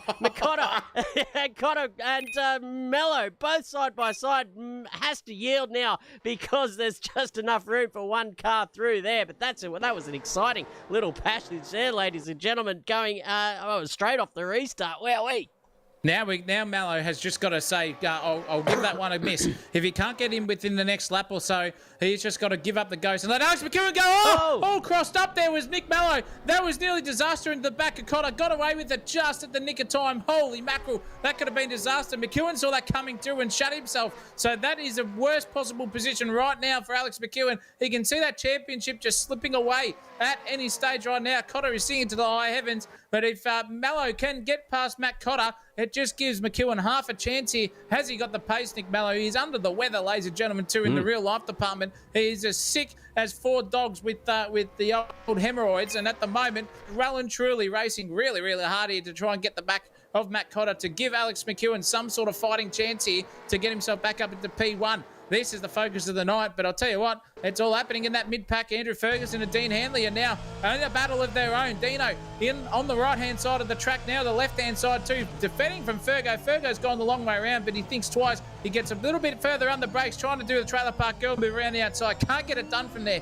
Dean survives one more lap. I can hear Kirsty already in the voice comms having a good old crack, but Fergo versus Hanley lives on to fight another day. Who's the downforce battle here at the moment? We'll find out. But cousin in Brian of Jason McFadden, that is, he has got 10,000 follicles plus 30 right now in the grand scheme of things. Every top 10. Oh, here goes Fergo up the inside of Dino Hanley. Don't come together, you two. That is going to be hairy. And then it's got pushed wide there to Dino as well. But Fergo muscles his way through. Fabian Fitness has gone bang with the super chat. It's all happening on and off circuit. This is incredible stuff here. That mid-pack is going nuts. It's unbelievable racing. And down here as well, we got Hughesy, Grant and McFadden all separated by an absolute bee's dick as well. So we're right on board with Hughesy and see what sort of inroads he can make on this absolute battle pack that's starting to form in front as we go down into the braking zone of turn 4. A bit of smoke signals there happening from Dean Hanley and Andrew Ferguson, but that's a nice little roundabout there he's done from Hughesy, but just quite couldn't get on the power well enough. Didn't have the traction to hang it fat there with Lockie Grant, and so they will just continue on as they were, ladies and gentlemen. But the gaps are just starting to open up a little bit. But Will Kirk now on the back of, who is that?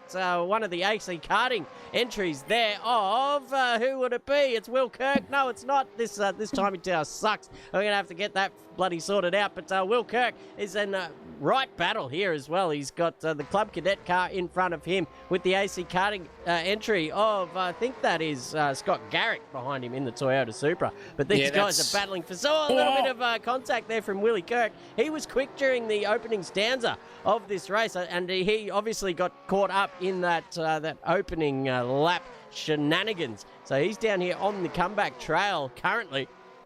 But now he just gets around the outside there. But the Supra of Scotty Garrick going up the inside. There's contact. Garrick goes across the grass as well. I don't know if he's equipped with the four-wheel drive off-road tyres. He hasn't, but I'll tell you what, guys, that this guy's battling Captain Kirk is one of his rang-out friends in front of him. Ezra Simon's not giving up the ghost. He's one defensive driver. Here goes a move. That's Brandon Pierce up the inside of Lachlan Grant there. I think that was, or Jesse Marshall, in fact.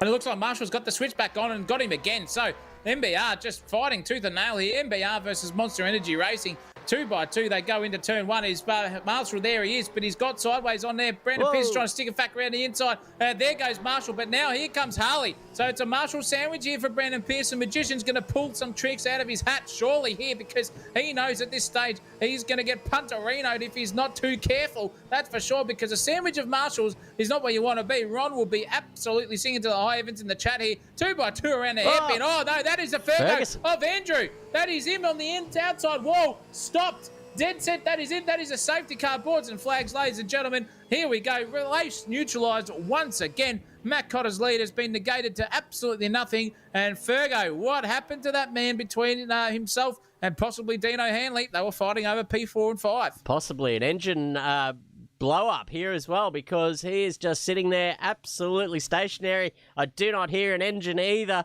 I think that could be the end of the line for poor old Andrew Ferguson. He's going to need the tow truck back and the mechanics to work on that engine, maybe a new one. See how quickly they can replace that in the Mustang garage. It's going to be a tall task indeed. But that is disaster. Matt, he was on fire. He had a fantastic pace, certainly getting his elbows out there up the front as well. So he would have been, well, his eyes would have been wider than dinner plates in that opening, 8 laps.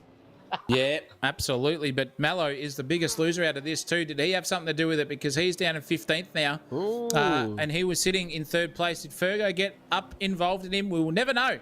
We'll find out what happens post-race for that one. But McEwen versus Cotter, the championship leaders, 1 and 2. Who has got the genuine pace? It's incredible to see. Or did the handbrake get Andrew Ferguson? Who knows? But it's incredible stuff here. The safety car just going past at 400k an hour, trying to get back in front of these guys now. And this is where the race is neutralised, ladies and gentlemen. P1 in the championship, P2 in order, on track and in championship, all right, as we speak. Dean Hanley's in 3rd. We've got Jason McFadden in 4th. He'll be stoked about that as well. Safety cars going around for one more time, ladies and gentlemen. So make sure you get those drinks refilled, get yourself comfortable, strapped in. Kirsty, go and pour yourself another glass of red, for Christ's sake, because there's a podium on here for your better half. Yeah, he's doing a great job up there in third position as well. He's got his old mate Jason McFadden behind him as well. And I don't know how well. I mean, McFadden obviously a talented driver, but I don't know how much practice he was. And he's come from absolutely nowhere on the starting grid. Started 11th. He's up to he's up to 4th now. I don't know if that's true as well. This app needs some of the bugs ironed out, but he was certainly down the order. He's got Lachlan Grant behind him, Nathan Hughes, Hayden Cook, Braden Moore, Pearso as well. A lot of quick drivers, so he's going to have his hands full as well off this restart. And I think Dean Hanley might just be able to maybe pull a rabbit out of the hat and maybe slide one up the inside of this guy here. Alex McEwen looking a little bit out of sorts today and not being able to match his nemesis, Matt Cotter, on pace in the early stages of this race. Yeah, definitely. And speaking of leaders, it is a lead championship battle in the chat at the moment. Gray Ward subbing with the 20 as well, the gifted. Thank you so much, my friend. And really, really great to have you around. Also, $20 on the board. The bidding war has started, ladies and gentlemen. The war is about to start on the track. Who's going to win the battle? We don't know, but the war is where the checkered flag is waved, and the checkered flag is only 11 laps away, ladies and gentlemen, before we get there. Who's going to be out in front? Is it going to be Cotter? Is it going to be McEwen? We'll find out here on the race start. I think Cotter's just going to wait till the last minute to go. No, he's off now already. Yep. He's full throttle, balls to the wall. See you later. He has got a beautiful gap there of Alex McEwen. 3 or 4 tenths now is the gap. And it is green, green, green here for the opening stanza. Again, neutralised. Second safety car of the night here. Dean Hanley and McFadden jostling over position there. You got Pierce also in there. The Marshall brothers racing. There goes Jesse Marshall off. He's lost 3 or 4, maybe 5 positions there too by the time he gets on the track. Disaster for Jesse Marshall there, unfortunately. Geez, he's sliding down the back. He's gone down to 17th in that one. That is the worst possible thing. Oh, this car's off. That was a super off in the background. Is that Dion Clerk glitching all over the place? And that is a Marshall brothers racing car backwards, unfortunately, there once again. And is the safety car going to come out again? Who knows? Holy mackerel, indeed. It's all happening here at Symmons Plains. And that is it. I think there might be another safety car here, maybe. But that certainly Dion Clerk's car needs to be looked at by the stewards, because it was, I'm pretty sure it caused that with a bit of ping lag or something there. The connection not doing what it's supposed to do in the Clerk household, and just ruining Jesse Marshall's race there as well. We saw him come off the track there at turn 2, but as he got back onto the circuit, that Supra just appeared out of absolutely nowhere and absolutely poleaxed him into the bin. So maybe the race directors can look at that, if they are listening, that is. But up the front, there's a half a second gap there, and Alex McEwen thinks he's in Tokyo at the moment. Big sideways. We don't usually see that Mustang send any smoke towards the sky. It is it's a sight to behold. Indeed, he's usually got that thing on rails, so perhaps he hasn't got the practice that we thought he might have coming into this final round. Zach O'Reilly. It's and now he's under pressure from Dean now as well. I reckon the old handbrake trick did not come to his dividend at the end there for Alex McEwen. He was 4/10 of a second away from Cotter, and now he finds himself outside DRS range if we're watching Formula 1, but outside a second now, and he's just trying to get himself back in that rhythm, really skipping over the inside of the curve there. Dean Hanley can see blood in front of him. He's really tasting this P2 possibility here at the moment. Could be massive implications here for the championship if Alex can't defend that one, that's for sure. Be all over bar the shouting, but nonetheless, cracking racing here from Dino. He's got a podium. Jason McFadden hasn't slipped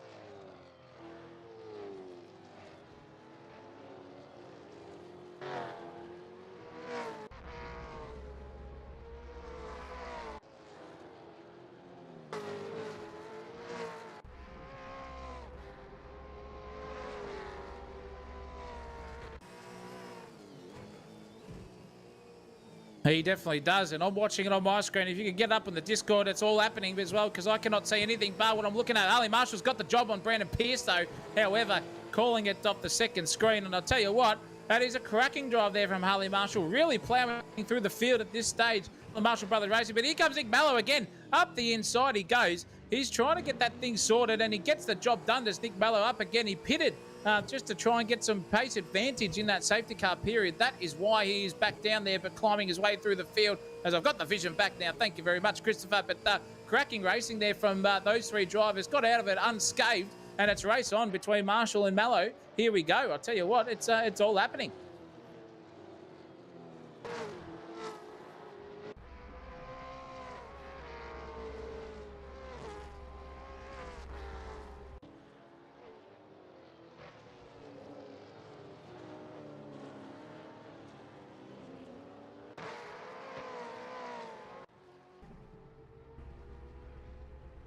In the pit lane. Whoa.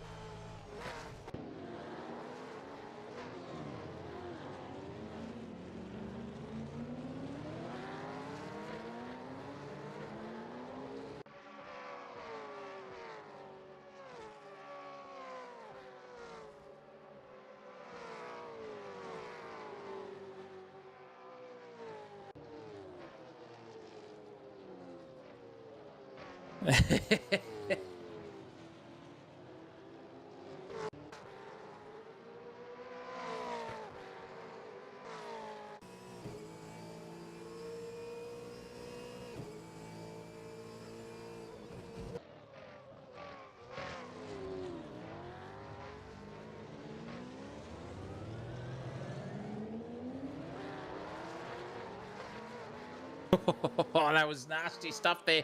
I reckon Kirsty fell out of her chair there in the chat.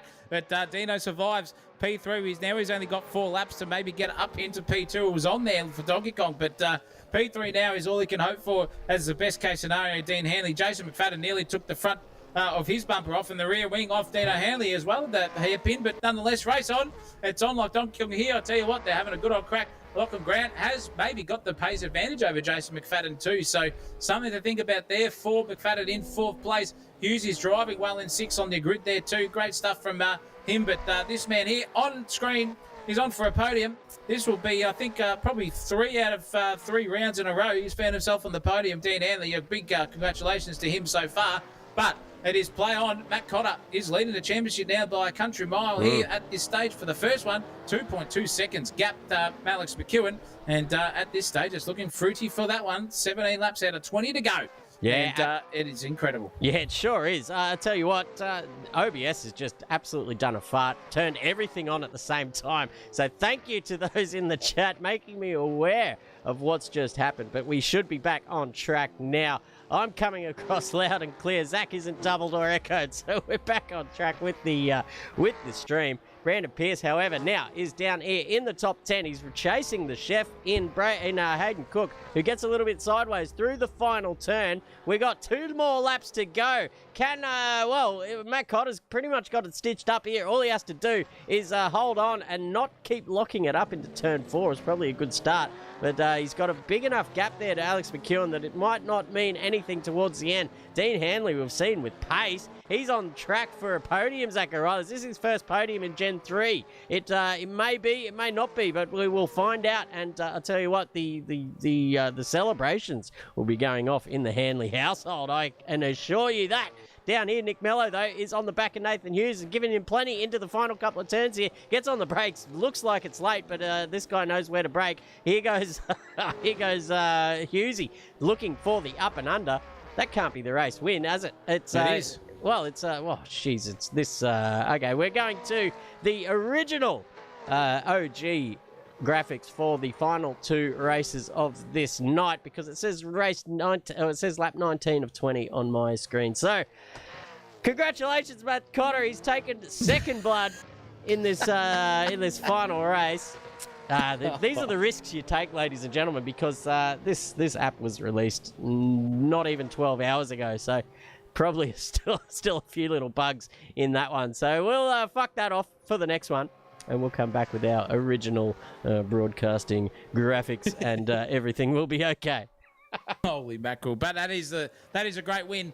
And fastest lap of the race too for Matt Cotter too. So another points haul for him. 5 points as well on top of that gap in the championship. He is singing to the high heavens. We'll get the old ACTV back on track with a bit of CMRT, as you saw in the Wednesday Cup, ready to rock for the next one. Don't you worry about that. But cracking stuff there.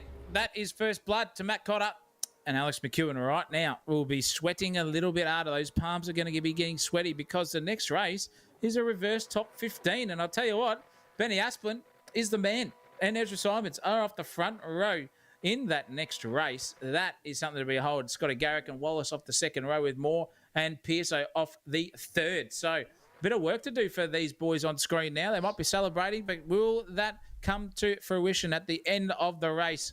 It is one man to find out, and it's about 28 other competitors on track to also see where they can sit in the grand scheme of things. But that is race 1 out of 3. Next one, 12-lap sprint. Soft compound tyres, ladies and gentlemen. Reverse top 15. What more could you want here at AK Racing and SimSational TV? Absolutely nothing. Cracking stuff. Let's get into it, and we'll be back here in just a few moments once you've replenished those condiments.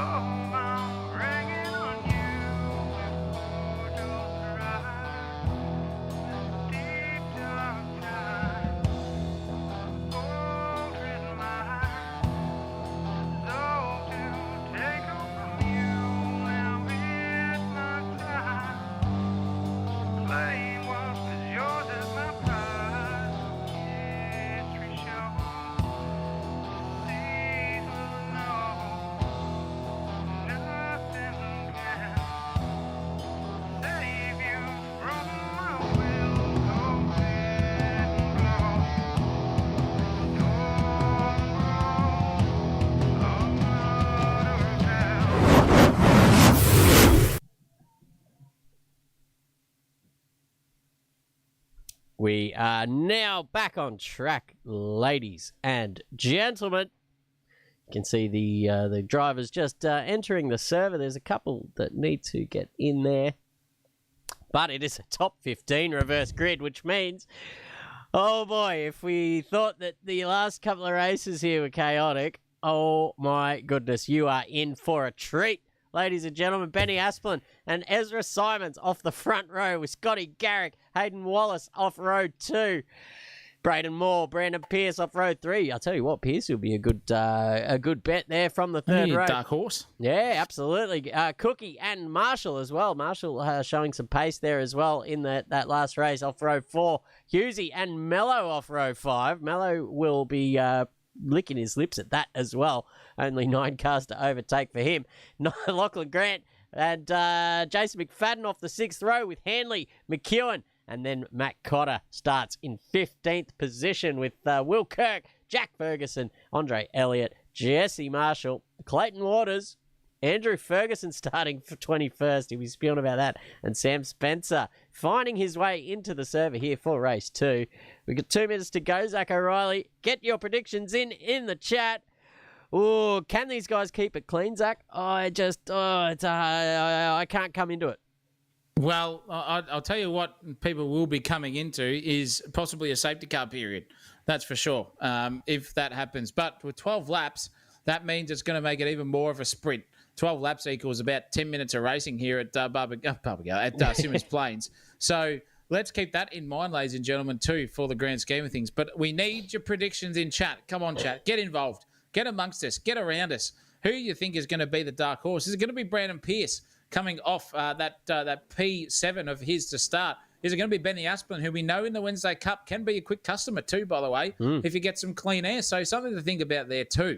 But at this stage, the championship contenders are starting in that mid to late sort of grid position. You can see Matt Cotter in that yellow livery with the black with the yellow stripe way down there at the Repco barrier there on your screen. That is how far away he is from P1. And then the guys in front of him will be doing everything to stop him from getting in front of them, which means the championship is still on for race 3. Yeah, it sure is. And there will be fireworks to be had as well with 58 seconds to go.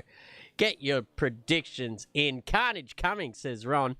I'm pretty sure there will be a top 15 around here. And with the final, couple of races in this season, these guys are going to be pushing hard to the limit. But I like the magician there in 6th position, Brandon Pierce. I reckon he is primed and ready for a good result here in race 2 tonight. And it'll be all down to the racecraft of the guys down there battling for the championship, Matt Cotter and Alex McEwen, whether they can cut through the way of all those cars in front safely and effectively when they get to the pointy end of this race, which is going to be even quicker than that last one went. That went quickly, and this one is also gonna go fast. I was gonna make a dirty joke then, but I realised it's only 13 minutes to 7 at night, so we can't go there yet. But we are now racing off there in race 2, and Benny Aspelin has got a pretty good start. He will lead into turn 1. Ezra Symmons just tries to hang it fat around his outside with Scott Garrick there as well. We're getting a little bit of a shunt there from the magician, but Pierce, and there goes Wallace off the track. But Pierce goes through, and there's a car around. That's more. Oh, there's a car in the air. That's Will Kirk. Oh, my goodness. There is, this is the remnants of, I think, when was it? 2007, I'm going to say, in the Supercars Championship, when they all piled up there. Who got, let's see, who got caught up in that? Matt Cotter certainly did. I can see his car down there and very much damaged. Will Kirk, certainly, I saw his car in the air. Braden Moore, I think, I don't think he started it, but his was the first car I saw heading sideways. Andrew Ferguson getting caught up. Clayton Waters, Sam Spencer cutting through because he started at the back. Will Kirk was upside down too, I think. Jesse Marshall, poor old Matt Cotter's down there. And now look at the championship battle here. Alex McEwen's up in 9th position. Matt Cotter down in 19th. That is and Hayden Wallace got out of it early, but ended up getting caught up as well. What a start. What a crazy start. Ron Marshall, you get your SimSational prize pack because you predicted carnage coming. And you got that right. Oh, my goodness, that was disaster.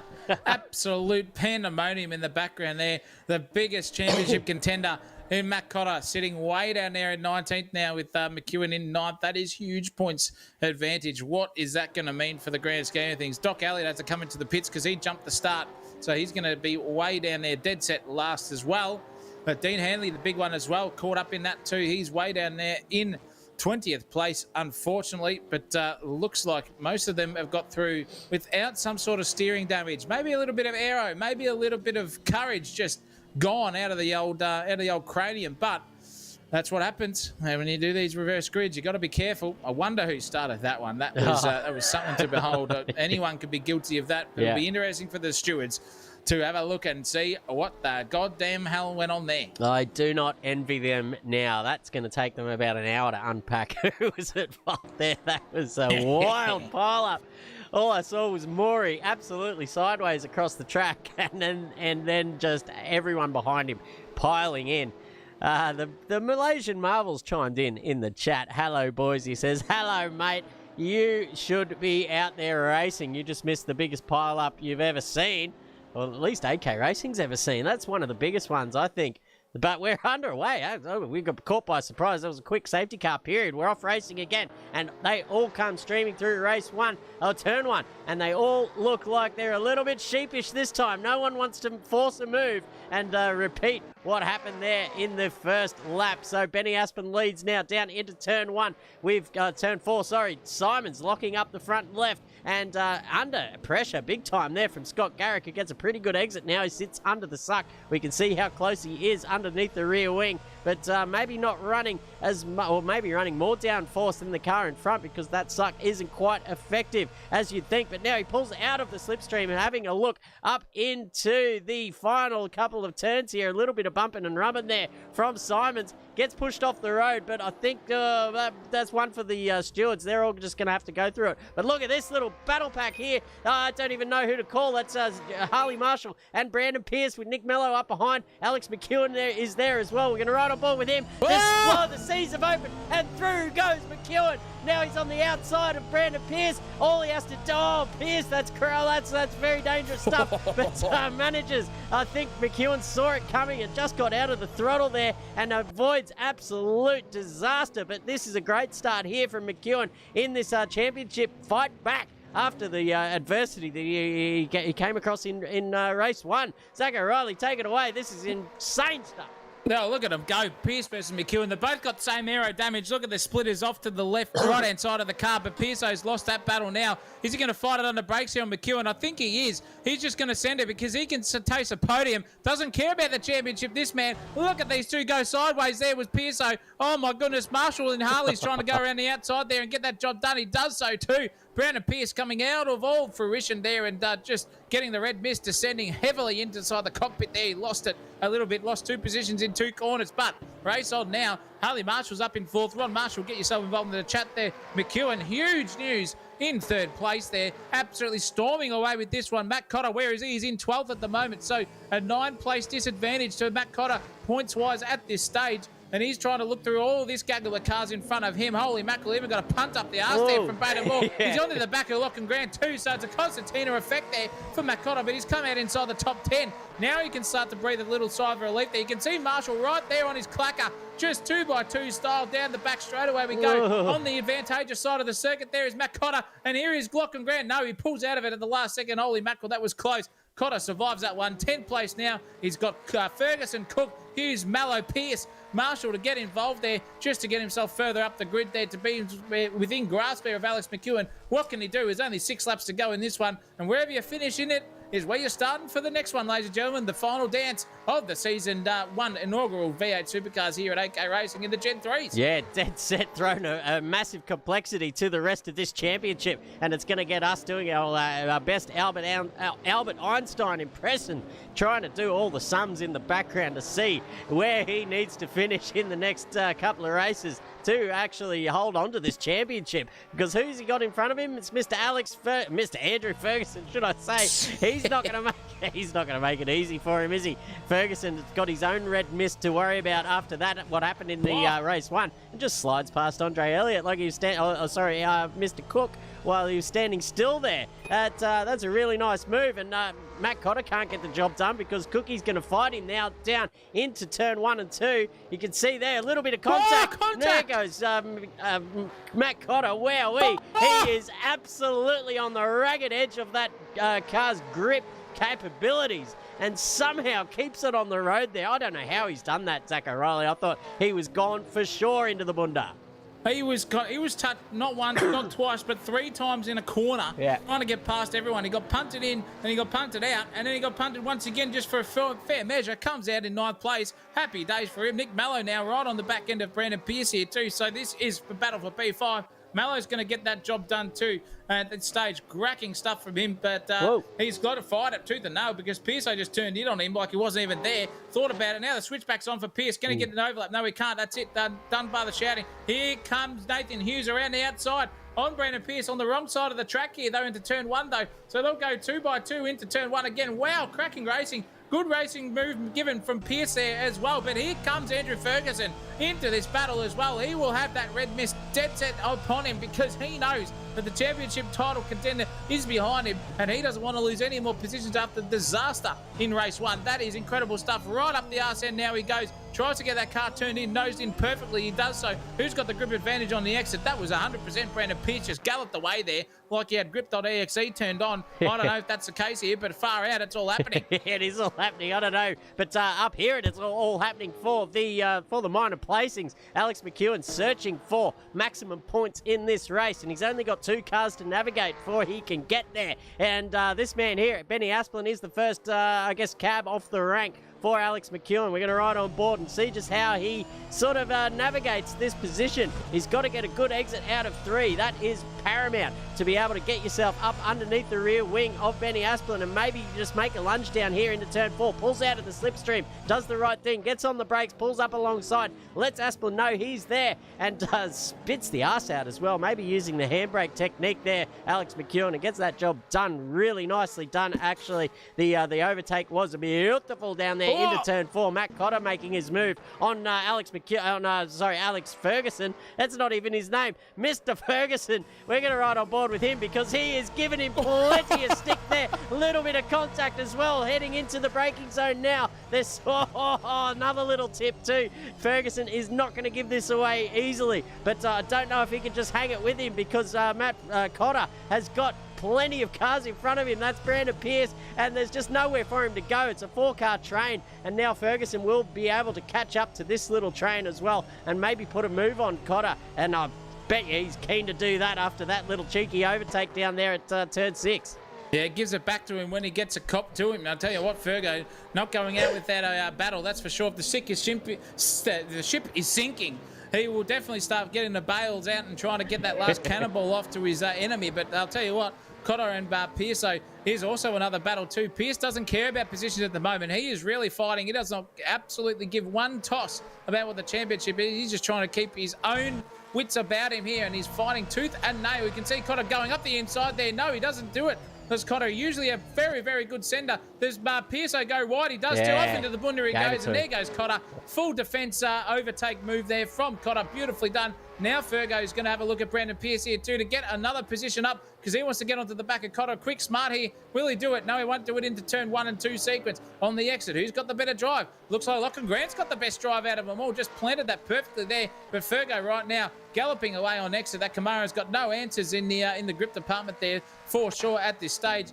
Biggest story of the night. Alex McEwen in second, 2 seconds away from Scotty Garrick, who's probably going to take Scotty Garrick. He's actually going to take his inaugural win here. He's got 1 lap to go to take this race out. This is his first race win in V8 Supercars. I'm telling you, in the main grid of the Gen 3 season at least. But look at this, Cotter. I mean, that is Mallow versus Harley Marshall fighting over the final standings on the podium there. Who's going to take the 3rd step? Looks like Marshall got the job done. Last lap of the race. This is the battle of the ages here, ladies and gentlemen. And I'll tell you what, looks like Mallow wants to get that P3 to help the team get along in the Project 4 championship standings. Marshall Brothers Racing having none of it. Marshall on the slide there. Munro, take this one away. Yeah, here we go. It's all happening here. Final lap of the race. Scott Garrick has got a 2-second advantage to Alex McEwen. Harley Marshall now, as you can see, the back bumper. Here goes Mello up the outside here of turn 4, but he's overcooked it and lost that position to Benny Asplin, who goes sinking through there as well. But he's got the better of the exits. So they're both going to go side by side now, wheel to wheel through turn 5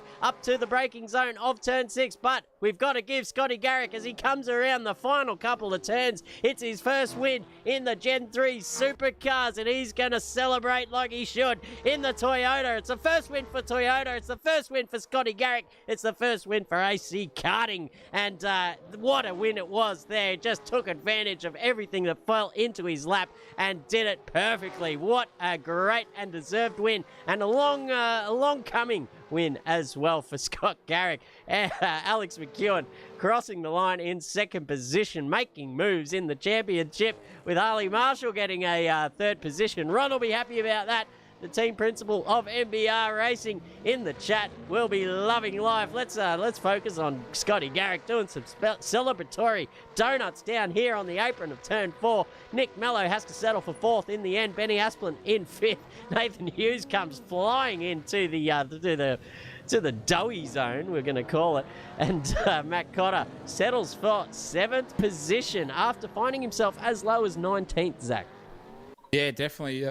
Big recovery, though, from Matt Cotter. He can't complain about that. 7th place. Now it's where you start and finish for the last one coming our way. So big story there. McEwen's going to be 2nd. Cotter is 7th. So what are we going to see with the old 54 lapper coming our way? But full hats off to Scotty Garrick. It has been a long time coming for him. Well deserved for him, too, to get that P1. And he will be celebrating. He is as hungover as, I reckon, Sir Les Patterson and... who else? And me tomorrow. And who? Me tomorrow. And Christopher Munro tomorrow. And me, actually, as well. Already a wine bottle down in the grand scheme of things. And this is incredible. Well done to Scotty. McEwen, 2nd place. Marshall, 3rd place. Really, really well done. And a good fight back there from everyone caught up in that opening stanza. And the biggest benefactor of that was Alex McEwen. Yeah, it certainly was. Can't wait till the server updates with the standings. We'll give you those firsthand as soon as they come through, and we will get on the calculator and see just where Matt Cotter needs to finish and where Alex McEwen needs to finish. And I guess that depends on, who's going to win this championship. Who you got your money on? I think it's going to be closer than we actually think now, because... Cotter had probably thinking in terms of points, probably an 80-point advantage coming into this race. Yep. I'll tell you live now. As it sits, after race 1, not race 2, just after race 1, Matt Cotter leading the championship by 70 points. Here we go. Over Alex McEwen. Yeah, that will change. We will get you that live information after this server has gone down and the points are updated. And it will be provisional, because we've got to see what the stewards are going to say after any incidents that came through. So could be a chance of monkey see, monkey do for now. Celebrations, but maybe for Fernando Alonso style with Lewis Hamilton 2010. One championship could be separated by a point or not. Who knows? Yeah, absolutely. Look at this. Scotty Garrick on the rims there, just keeping it fed. These sparks flying out the back of that Toyota Supra. I am so happy to see a Toyota up there in the top 3. We've not seen it all season. We had to wait until the final round, but look at that. Sparks flying in the celebration. That's good stuff. So everyone at home, I think that'll do here for race 2. Point your eyes to the starting order on your left. Scott Garrick will start on pole position with Alex McEwen on his inside. I think that's how it works. Outside. It's a strange setup here sometimes, but Alex McEwen will be up there on the front row regardless. Harley Marshall, Nick Mello behind them, with Benny Asplin, Nathan Hughes, Matt Cotter trying to carve his way through, but he's got some speedy customers there in front of him who are going to make it hard for him. Brandon Pierce will start next to him, with Ferguson and Grant off the 5th row. Hayden Cook and Jason McFadden off the 6th, with Symmons Hanley off the 7th. What happened to Dean? I assume he got caught up in the madness that was lap 1. Braden Moore, Jesse Marshall behind those guys with Sam Spencer, who's made his way up through the order with Cam Waters. I know his name's Clayton, but it's got to be Cam. Here's Will Kirk and Hayden Wallace off the 10th row with Junior Ferguson, Andre Elliott, who called it quits. And that rounds out your field and your starting order for race 3. We've lost our co-commentator. So, in the meantime, I'm here. Sorry. he was having a sip on his second bottle of red wine. Ladies and gentlemen, do not go anywhere because we're going to be back in just a moment with the final race of Season 1 here at the AK Racing Gen 3 V8 Supercars. And I'll tell you what, I'm on the edge of my seat to see how this finishes. And so will you once we get cracking and once the green light drops. So do not go anywhere. We'll be back in just a moment.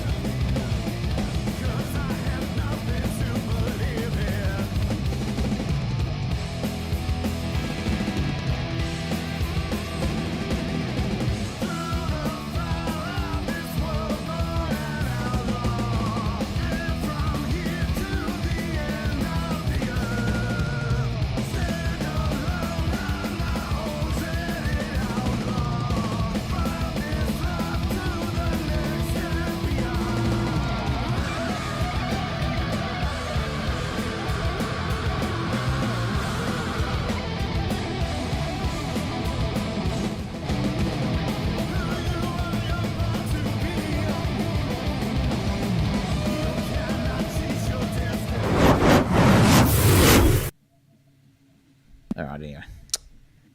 Welcome back, ladies and gents. This is that's it. This is it. This is the final race. We got 55 laps. It's all come down to this, ladies and gentlemen. And Zach O'Reilly will give us an update on the points situation between Matt Cotter and Alex McEwen. But as it stands at the moment, I can tell by his voice that it's going to be tight. But Scotty Garrick's off the front row with said Mr. McEwen next to him. Let's get a little bit closer so we can see these beautiful vehicles in And full while we're looking swing. at the beautiful vehicles, championship update. Let's do it. It is now 60 points. Woo. It was 80, and now it's 60 points the difference in advantage of Alex McEwen, Matt Cotter, sorry. 4.476 versus 4.416. 60 points is the difference, and it is advantage right now to that man with the pit lane limiter lights flashing. Hopefully he doesn't start on that because he'll be in a world of trouble. Alex McEwen off the front row. And this is it, ladies and gentlemen. Matt Cotter is starting a fair way away in the grand scheme of things. 8th place is not where to go. And with alternate strategies, ladies and gentlemen, meaning you can start on the soft, you can start on the hard compound tyre. This race is a mandatory compound change. You can do a one pit stop and change your compounds. Who's going to go long on the softs? Who's going to go short on the softs and go long on the hards? That is what we're all in for here, because this is the final dance. As Rab said earlier, this is where legends are made. Myself and Christopher have already stamped our mark on the tarmac here tonight. And for the rest of the season, this is the last of it. Who is going to be coming out on top? Is it going to be Project 4 of Alex McEwen, or is it going to be AK Racing's own Matt Cotter taking the championship and the chockies here at the end of it? We will only find out with under a minute to go here, Christopher Munro. I'm excited. The viewers out there, you guys get excited as well, because boy, oh boy, this is where it needs to be. Can Scotty Garrick win it? Can he take 2 out of 3 tonight? Who knows? Yeah, absolutely. We got Scott McEwen in the chat saying he thought there was a safety car, or there wasn't a safety car for the pile-up in race 2. There certainly was, Scott, and I think that's what Fabian's probably saying to you there. There was certainly a safety car. That was the biggest pile-up we've ever seen out there in Gen 3 Supercars. But I'm just doing my sums in the background as well, and it looks like Alex needs to win this race, and Matt Cotter needs to finish 12th or beyond to make up that 60-point deficit. So it's going to be a tough order there for Alex McEwen. Matt Cotter in the hot seat, but we are ready to go racing here in race 3. We've got 55 laps to come. Scott Garrick off the front row, Alex McEwen. We are racing now for the final time in the Gen 3 Supercars for Season 1 here. And Alex McEwen goes straight to the front with Scott Garrick sitting in behind him. Nick Mello, Harley Marshall, Benny Asplin there is there too. Matt Cotter trying to get his way up on the inside of Nathan Hughes. Does so, but these two guys are side by side now, heading down into the braking zone of turn 4. I don't think Hughes is going to give it to him too easily. A little bit of contact there as well. A bit cheeky there from Matt Cotter. I think that was a bit uncalled for, but he makes that position up as well. There goes Brandon Pierce up the inside of Ferguson as well, and that is Will Kirk turned around, and Dean Hanley getting involved in that too, poor bastard, and that's no good. But that's somebody off the road. That's Braden Moore. He's going to lose about 10 positions in one go as that big gaggle of cars, as you can see, we're riding on board with Jason McFadden. Now he's got Kirk in front of him. Cook goes off the street, and McFadden almost follows him as well. And that is wild stuff. Sam Spencer around the outside in the Mustang, getting a little bit squirrely, making contact with Wallace as well on the inside. Who's got Elliott up behind him, trying to make way through this just absolute wall of V8 Supercars. But here goes Andre Elliott diving up the inside into turn 2, and it's a nice little clean move. Zach O'Reilly, he gets the job done there. Gets the job done, does Doc Elliott. He's going to find himself back up because he's not forgotten about tonight, is Dre, I'll tell you that much. But it is a big loss there for Scotty Garrick. He is in 3rd place now. Matt Cotter has got past Harley Marshall because Alex McEwen right now is leading this race. So Matt Cotter is sweating bullets at this stage. He knows that that championship is on the line, but at the moment, if he can stay where he is probably going to take the chockies over Alex McEwen for this one, barring an absolute disaster for him at this stage. He gets past Harley Marshall there, who's fighting him for position, but that is P4 done. Marshall's going to have to settle for 5th. And racing onwards we go here. I'll tell you what, Alex McEwen right now is on fire. That also in the background, there goes Doc Elliott also off again. So he's definitely forgotten about in the grand scheme of things. Dino Hanley's got up into 9th place. Brandon Pearce in 8th.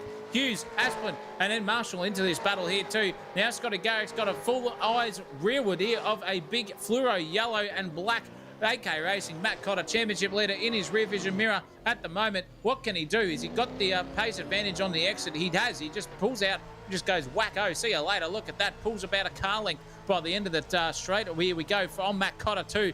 And the compound difference, McEwen and Mallow starting on the soft compound. Garrick and Cotter on the hard. Same with Marshall. Then we've got Benny Aspel on the soft there in 6th place. Then everyone down to 10th place is on the hard compound. So some alternate strategies here we've got to look out for too in the grand scheme of things coming onto it. But looks like Matt Cotter's genuinely got the drive here, sending it at the driving range at the moment over Scotty Garrick, 280 yards versus 220. And I think Cotter's going to take a move here into the hairpin. Looking at that rear bumper vision, it looks pretty much on for a P3 here for Matt Cotter early on in this race. Yeah, very early to call a P3 from here because there's so many laps to go. But as you said, can drive it in harder than Rory McIlroy here. He goes into the turn 4 hairpin, under brakes and under smoke signals as well. But look at the drive he gets out of that turn. Just gives the Supra an absolute lesson in how to get traction down at the rear wheels and just pulls away down the straight. Scott Garrick now dropping from 1st down to 4th on the grid. But now he's got a little bit of a reprieve because it's only Harley Marshall and then Daylight back to Benny Asplin down there in 6th position, who will have his hands full, I'm sure, with the number 85 of Nathan Hughes back behind him. But down the order, there's some battling down here with Jesse Marshall. He's got Will Kirk behind him. He's got Lachlan Grant in front of him. So all three of these guys separated by not much at all. We're going to ride on board with Jesse Marshall and see how he goes through this first little section of whoop-de-doos. It's important to get as far as you can to the right, I think, in that first little section, because as you can see, what Lachlan Grant's done there had about, half a car width on Jesse Marshall to the right of that track, and then just disappeared off down the little straight there because he was just able to get that better racing line down to the tyres and to the road. But Will Kirk giving Jesse Marshall a little bit of a love tap down there into turn 4 as well. So no love lost between these guys. Will Kirk has had the pace all season too. He's just been caught up in some absolute, just some unluck in the luck department. Bad luck in the luck department is what I was trying to say. Now Dean Hanley's got his hands full of Andrew Ferguson coming into lap 6 already. Wow, it's gone so fast, Zach O'Reilly. Yeah, definitely. But Dino Hanley got past Brandon Pearce, unforced error himself, did Brandon, into the final, the second last turn actually of this circuit. And Dino had to check up. Now Fergo's right on the back of him too. So a bit of accelerated driving school coaching. Battling going on here on track. Who's going to be taking the best advice out of me? Looks like Dean Hanley just on the handbrake there, just sliding it in. Fergo not using it at this stage, but he gets the pace advantage in the drive out of the corner. So now it is going to be a cock-off between the two best students in Accelerated Driving School here in Fergo and Hanley. I'll tell you what, if that's a plug, I've never heard a better one. But nonetheless, driving really, really well. These two drivers playing the long game here. But Fergo on the soft compound tyre, so he's got a little bit of a pace advantage over there. There goes Hughesy off in the distance there as well, so that's hurt his delta compared to Hanley. But if Fergo can't take advantage of that soft pace early on in this stint, it's going to hurt him when it comes to that mandatory compound change later in the race. So we've got to keep an eye out on this little battle. You can see that difference now. It looks like the drive out of that corner on the soft compound is taking advantage there for Fergo, but Fergo's just a little bit too far away at the moment, but he'll send it up the inside, I reckon, here. No, he won't, into the braking zone. Yes, he will. In fact, straight up the inside he goes. Plays a long game here, does Hanley, lets him go past, tries to go for the switchback, but it won't be on because that will settle itself. And even Stevens, once the pit stop strategies come around, look at that gaggle of cars in the background there. The Rayard boys are going at each other. We've got Ezra Symmons, Andre Elliott, McFadden, Sam Spencer, all involved in a 3 or 4 way tussle there, all in the same server as well, probably telling each other to get stuffed in the grand scheme of things. I wish it was after 8:30 here. These 440 starts are killing me in the old commentary department, because there would be so many entendre that I could put out. But YouTube, you can get absolutely effed on all that sort of stuff. But the world racing is on here at in 13th place. Hayden Wallace doing a great stuff here for Braveheart, saving Scotland at this stage in the war. And this man here, the chef, absolutely undercooked. In fact, not even on the bone. And look at that lag on the grand scheme of things. Was that server based or was that Munro based? We'll never find out. Server based, ladies and gentlemen. Looked like all cars going off there as well. So hopefully everyone got out of that unscathed. They're all racing on as usual, but up the front now, there's a bit of a challenge here for 4th place. It's Harley Marshall just locking them up too in the final braking zone of this circuit, side by side, rubbing doors with Scott Garrick, and gets the job done. Really nicely done there as well. Beautifully crafted overtake there from the number 1. Marshall Brothers Racing driver there in the Oracle number 77. He truffles off down the road. He's got 3.5 seconds to Matt Cotter, who in turn has 4 seconds to Nick Mello, and Alex McEwen is your race leader for now. But Willie Kirk, he's got the magician in front of him. So is he going to pull his own rabbit out of the hat, or is he going to maybe stack the deck in his favour here and turn the tides on the magician as they come down into turn 4? Pierce just missing the apex there. Maybe a little bit of an allergy to the to the old apex. An allergy. That's how it's spelt, I suppose. That's how it's pronounced, really, isn't it? It should be. It should be. We will get on the petition to the Oxford Dictionary to change the pronunciation of that one in the coming weeks. So hopefully in season 2 we will be spouting allergy as the newest entry into that dictionary. But as it stands, the rubbish remains here in the commentary stakes. But the racing is as hard as ever because Hayden Wallace has just had his little moment. He was right up behind Brandon Pierce, but he's just binned it through that little section. He's lost about 4 or 5 positions. So that's terrible luck there from Hayden Wallace. He's going to have to go back to the drawing board and start again. Yeah, he will, and unfortunately for him, that was Scotland's battle between England, and he's lost the war now, unfortunately for him, but he'll get back up there.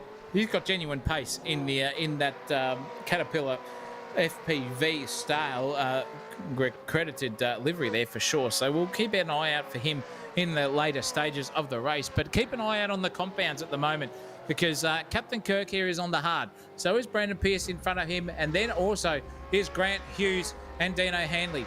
So they're the guys inside the, between 8th to 12th who are on that hard compound tyre. The 2 leaders of the race, and Alex McEwen and Nick Mallow, are on the softs. They will be talking to each other, seeing how the tyre life is in the grand scheme of things. But Matt Cotter is on the hard. So when you see poor old McEwen and Cotter, McEwen and Mallow, come into the pits, that will be an early stop, probably around about that lap 24-ish, I would say, as we get onwards, and Captain Kirk just sending Morse code there on the back end of Brandon Pierce to show him that I am there, son. I'm not giving up without a ghost here of the fight, and I'll tell you what, it's all on that Donkey Kong because there is a hell of a suck here for the captain, and he's going to send it up the inside here. No, he's not. He's going to go try the trailer park girl himself around the outside here. Can he get it pulled up? No, he can't. He's just managed to keep it off the grass there. Brandon Pierce would have shut himself there in the dead set moment of the time because he thought he'd lost P11 there at the moment. The dark horse of this race, predicted by Chris Munro, is definitely down there in 11th place at the moment. Scotty Garrick still in in 5th position, starting from 2nd. Benny Asplin really coming to his own here on the soft compound tyres in 6th place as well. So a full credit to him and the Brody Kostek delivery, but this is the battle we want to look at now. Kirk trying to go around the outside once again here on Brandon Pierce. These are the 2 hard compound tyres. It is neck and neck coming into the hairpin. Oh, a bit of a contact and a touch there between the 2 of them too. So a little bit of Morse code sent the other way there from Brandon Pierce. Monkey see, monkey do style, but now he's got the full overlap. Pierce's gone left and right there. Wowee. Unbelievable stuff there from the both of them, and they're hounding each other full on at the moment. It is not letting go here, bar the shouting. I'll tell you what, Kirk's gone down the inside here, out-braking each other, neck and neck in that department. Front splitter down on the left-hand side there for Kirk, but that doesn't matter because he's got the job done. Thank you very much, Mother, for the rabbits, he says, and he'll sail off into 11th place. Yeah, beautiful overtake there. He's been setting that up for the last couple of laps with the magician just pulling that rabbit out at every opportunity that he could just to park that car where he needed it to keep Will Kirk behind, but the magic was not strong enough this time as the dark side wins out for one more time and Will Kirk goes up in his 11th position. Great overtake there, but Brandon Pierce, he was my prediction there for this race and he's just absolutely doing us in. safety car, boards and flags, ladies and gentlemen. Alex McEwen comes peeling into the pit straight away. So does Nick Mello. What does Matt Cotter do? He comes in as well, and wisely done too. I think you'll find that everyone... Wow. There goes Harley Marshall, stays out. Scott Garrick stays out. Benny Asplin coming into the pits, wisely done. It's, 14 laps in, I'll tell you what, whatever. Whatever. Hard compound, soft compound, whatever you're on. It's time to come into the pits, ladies and gentlemen. But I'll tell you what, Marshall just throwing his arm. Garrick Ferguson going up into third position. This is huge, ladies and gentlemen. Absolutely huge. There is a mandatory compound change in this race, which means at the moment, if you are one Alex McEwen, one Nick Mello, you either come out on the hards and go for the long run here on the safety car, and then go for the full 31 laps left in this one on the hard compound. Or if you do not, 41. we'll stick it out and then go for it, which is huge in the grand scheme of things. Cotter's come in and decided to put on a set of fresh boots, but they are the soft compound. That is going to hurt him massively. There is no chance in hell that you can get through 31 laps of a soft compound tyre without being a detriment between the delta of that hard compound tyre. It's 41, Zach O'Reilly. 41, is it? 41 laps to go. Holy shit. Yeah, so Quick math. Do we have any Super 2 drivers in the chat that can confirm how far a tank of fuel goes? Because that's what probably I'll be thinking about now. Can a tank of fuel go 41 laps? And if it can the hard tyre hang on for that long as well? If so, McEwen has made a masterstroke. If not, he's going to have to come into the pits again, and he's going to have an angry Matt Cotter up his ass when he does so. So we'll wait for that info to come in. But until then, Harley Marshall out there in front on the hard compound. But he's had that since the start. And my prediction, if I'm correct, this is not taken by gospel, ladies and gentlemen. I think it is 2.91 litres per lap. By 41 laps equals 119.31 litres of fuel. I don't think anyone's going to get there. Well, just to give the viewers some insight, these cars have 120 litres tank capacity. So that is a lot. Well, and with this safety car too, that extends that fuel usage. So they can get there on fuel. Wowee. Let's see if these guys are ready to roll the dice and go to the end on the hard compound. McEwen, I rate his skill. I think he can do it. It's going to be hairy stuff, but will a soft strategy for Matt Cotter? Actually, Matt Cotter started on the soft, did he not? He did. He started on the soft. So he's going to have to come in No, he didn't. He started on the hard, I'm pretty sure. Because he right now is on the soft compound tyre, which negates him because we are green flag racing here, ladies and gentlemen. We've got to get back to that discussion really quickly about the hard compound tyres because 31 laps is about 70 litres. There's disasters off in the background there too between a couple of drivers. I think Benny Asplin was involved in that one as well.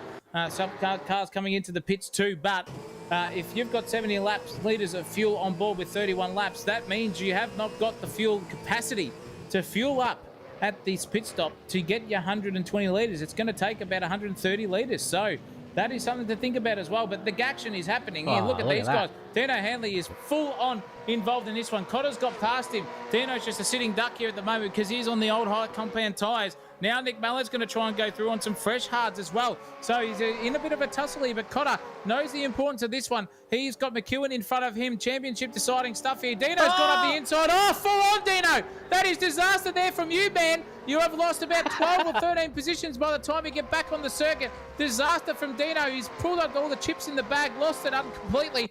And now everyone sails behind him, but Sam Spencer's been the biggest benefactor of that one too. Lachlan Grant in 7th place, Nick Mallow, Cotter, McEwen, all 6th, 5th and 4th respectively now. This is racing. This is the end championship result here at the moment. Cotter versus McEwen, only a separation of one position between the two of them. Cracking stuff there from everyone involved. Disaster for Dino Hanley. Yeah, some wild stuff there. through the final turn. Dino just turning in way too early, it seemed, and the rear end locking up on him. Maybe a compression lock there, but did well to avoid Matt Cotter as well. That was some wild stuff. Oh, here we go. Championship battle on. Andrew Ferguson. Oh, McEwen. Beautiful move, just covering up the inside, locking up the rears, taking out Andrew Ferguson, and through goes Matt Cotter. That is a championship deciding move, and McEwen is out of the race with Andrew Ferguson. Both of those guys just chewing off or taking off just a little bit more than they can chew there into the final turn. Oh, wow, I would not want to be in that voice chat, ladies and gentlemen. It would be as frosty as Mark Winterbottom in Antarctica. I was going to say it's frosty as a snowman's cock down in the snow fields, but anyway, Harley Marshall's coming for the race win. Hero for Scotty Carrick. Wow, you could have predicted this one, both on the hard compound tyre. But it's got the inside run here too, so that's great stuff from him at the moment. It is a drag race, dead set by both of them. Supra versus Camaro, and the Camaro's got the chockies over him too, so downforce battle there. Who had the most wing on Scotty Garrick and Harley Marshall. Traded places there. Harley Marshall in P1 with 17 to go. He came into the pits also. So this is incredible stuff. Marshall Brothers Racing on board here. But Matt Cotter is not letting go of this one. He's got second place lined up on Scotty Garrick once again too into the final turn. Turn one we go to as well. Scotty Garrick's get that nose clean, but there comes Matt Cotter as well. They're looking very, very racy indeed are these boyos. I think Cotter's going to get the job done here. Sending Morse code again. Let's trot, says Scotty Garrick. But McEwen saying, let's hop in the jet plane and take away. And he's got that job done straight up the inside, got down the runway. See you later, he goes, and that is P2. And that right there, ladies and gentlemen, is the championship for Matt Cotter. Yeah, pretty much done and dusted now. Just needs to keep it on the track. There's really no reason for him to stress or force an overtake or put his car in a position where he can get taken out. He can finish the race in second and really put the screws in and take this championship out. So the pressure is off in the Cotter garage and AK Racing there. Those guys can relax. He can probably come in for another pit stop halfway through this stint, chuck on some softs and still be right. But it just depends on what Alex McEwen does here. He's finally got in front of Andrew Ferguson. There will be some frosty words in between those two, I'll tell you what. But I think it was maybe just an unforced error there from McEwen anyway. We saw the rears lock up, bit of compression lock, bit of maybe rearward bias, and that was the undoing there between those two guys, sitting in 14th position as we speak. But he has on the hards and possibly has enough fuel in the tank to get to the end. So will that be enough to maybe negate that extra pit stop from Matt Cotter? We might just see another little battle for the win of this race, at least in the end. Possibly the championship out of reach for McEwen now, because Matt Cotter, as I said earlier in the broadcast, needs to finish 12th or below, and Alex needs to win to make up that 60-point deficit. But it's well deserved for Matt Cotter out there in front.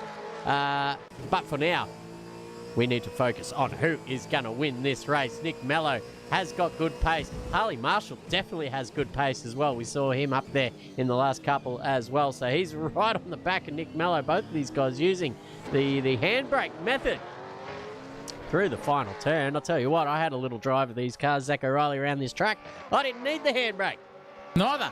Absolutely neither. Got in the 52.8s without a handbrake, and that just shows a testament of why Rabs was dead set in the fair dinkum department, telling us that we left our mark on this circuit, and that is exactly what we need. Fabian Fitness giving you the super chat with $3. Thank you very much there, Fab. Still a bit to play out there. I would tend to agree. Still a little bit to go because Cotter is in the dead set. Look at Braden Moore. Where's he going? Well, I don't know where he's going. I think he's trying to catch the Spirit of Tasmania back to Victoria because he is way out there. That is dead set a misère for him. That's not a safety car period for sure because he's way off the track. He's actually exited the game. So is Brandon Pierce too, the magician. DNF from this one. Disaster for him too in the grand scheme of things. But look at Doc Elliott at the moment. They're absolutely sent to the high heavens in the rear of the grid department early on in this race. Finds himself now within the battling range of the top 10. Cracking stuff here from Doc Elliott. He's got his friend in front of him, Hayden Cook, only 8 tenths down the road. The chef on the soft compound is having a good look at Dino Hanley too here now. So a little bit of something for Dino to think about, but he's playing the long game. He's going to come in and change those soft compound tyres at some stage, probably around lap 32, 33, I would say, for Dino on the hards to get those 22, 23 laps out of the soft compound tyre to get himself there, set and fueled up, ready to race. But speaking of fuel, Christopher Munro and the viewers out there, as we predicted, 31 laps gives you 70 litres. The safety car came out at lap, I think, 18. And if the gentleman out there did not have, or they had enough fuel on to go for the whole race without something coming to fruition in that grand scheme of things, they will have to pit again for a bit of a fuel stop by the end of this stanza here at Symmons Plains. So race 3, the last race of the season here at Gen 3 Supercars for AK Racing. It's given us something to think about here in the commentary box, given something to think about in the old grand scheme of the spectators and the strategical department. Yeah, I think this guy here is fueled up to the end. I would imagine he was all over that. Once that safety car came out, the sums were 40 laps, I think 41 laps remaining, plus a couple for the safety car, which affords you maybe 1 or 2 laps in the fuel saving department. So strap those hards on and go to the end, which is going to be interesting. We're going to have to try and work out how far it is back to Matt Kotick, who is on the soft tyre and will have to stop again, whether he's got the fuel on or not, because the soft tyre is not going to go 41 laps. I tell you what. No way. No chance. But look, crazier things have happened, but there's a little gaggle of cars here coming into turn 4. That's Jesse Marshall with the 2. Simplex 2 drivers there of Cook and Elliott just neck and neck there behind. Alex McEwen sitting in behind thinking, what is going to happen here? The teammates are battling. Ooh, are they going to take each other out? Am I going to stick my nose up there? Who knows? The super chat from Matt Munro. Thank you very much, my friend there. $8 to the to the good cause. Fabian says, pop your cherry. There you go. The teammates take each other out. That's going to be awkward.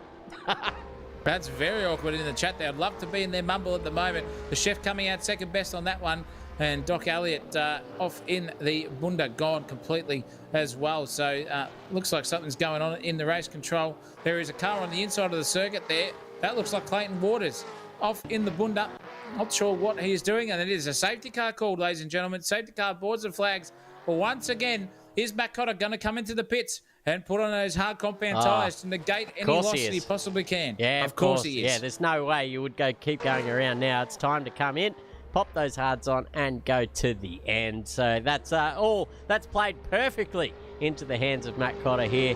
He will take the pit stop and probably come out in front, because I think everyone will probably do the same. No, look, Mello's going out. Marshall staying out. Everyone on the soft compound coming in.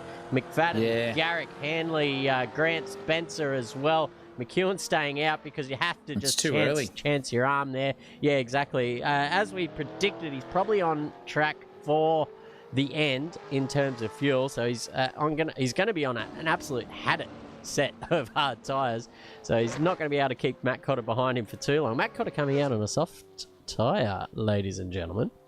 So what's that? 19 laps? No, that is effectively laps. 29 laps. Yeah. Okay. Ooh, okay. Ooh. Interesting choice there from Matt Kotick. But I tell you what, he's out there driving. We're just speculating here in the commentary box. Yeah, we are. We're actually absolutely thinking about what we can do. But what an interesting decision to come out on the softs once again. 29 laps on these on this compound is something to behold. You can get 20 laps out of him before you start to dip underneath that little delta of the hard compound tyre. So what is he going to do? Is he going to be able to storm through the field and then try to defend like an absolute demon at the end of the race if he can get past that guy in front of him right there, Alex McEwen, and also Nick Mallow leading this race on the hard compound tyre. In fact, everyone in front of him, McEwen, Hanley, Marshall, Mallow, all on the hard compound tyre. Fresh set of softs there for Matt Kotick. Can he stick it out to the end? He probably knows that this is probably a risk that he can afford to take, Christopher Munro, based on the championship proceedings anyway. Yeah. Leading this one by 60 points before this race. He's probably got it all sewn up and done for the record. Yeah, as we said earlier, it pretty much has it sewn up, barring any sort of disaster. So he can finish as it is now, 4th and 5th, and still take the championship. So he's got that afforded to him up his sleeve. So certainly not worried too much. The pressure valve has been let off. So he's just cruising around, enjoying what he has left here in the in season 1 here of Gen 3 Supercars. So he's going to go out there with a soft set and make some overtakes. This is what he does best, ladies and gentlemen. He'd be up there in the overtaking stakes of how many people have done that, or how many overtakes he's got done in the season. He's an absolute menace to keep behind you. I know that from experience.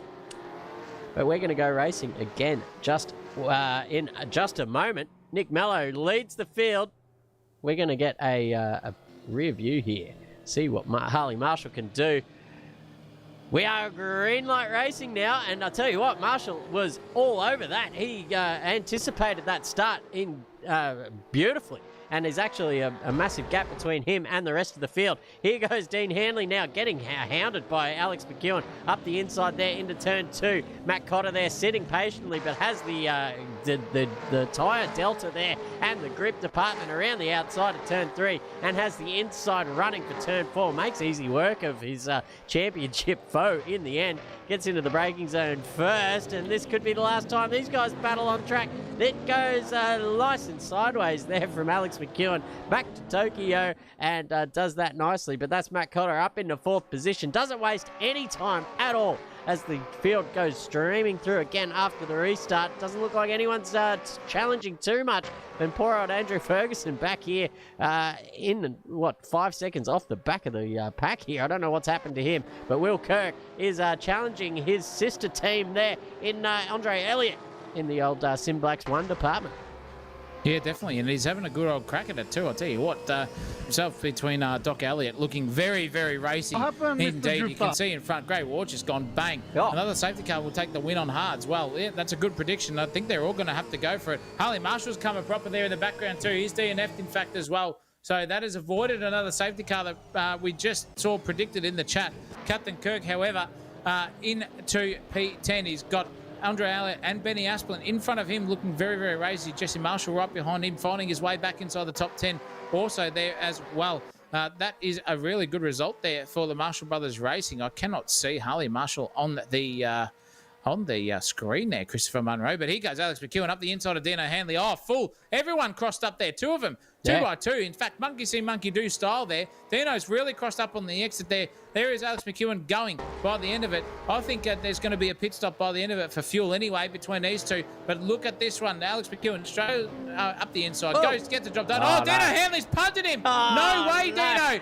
That is disaster there for Alex McEwen. And that is full on. That is a championship done and dusted. Yep. And Dean Hanley's full on punted him out of it. That is piss poor in the Zach Accelerator driving school department there. Kirsty, get him a slap on the cock and maybe a couple of whips out of the backstation, because that was piss poor from that sort of stuff. Dean Hanley's gone backwards as well. Michael Grant's got behind him too as well also. And that was 100% a dead set mare there for Alex McEwen in the grand scheme of things. Hopefully there is something to say about that in the stewards department. Oh, disaster there for the big man. Is there any safety car on the track? No, there isn't. As the track, the race is stream part, and that air is live in 2K. Caught guilty as hell. Matt Cotter's going for the lead here on Mick Mallow there as well. Mick Mallow's all crossed up onto T1. He's got to get the job done here. Oh, even Matt Cotter's gone bang and done a Dino Hanley on Nick Mallow there too. Holy mackerel there, but Morse code is well and truly on like Donkey Kong here. Around the outside, there goes Matt Cotter versus Nick Mallow. This is Project 4 versus AK Racing. Nick Mallow's on the hard.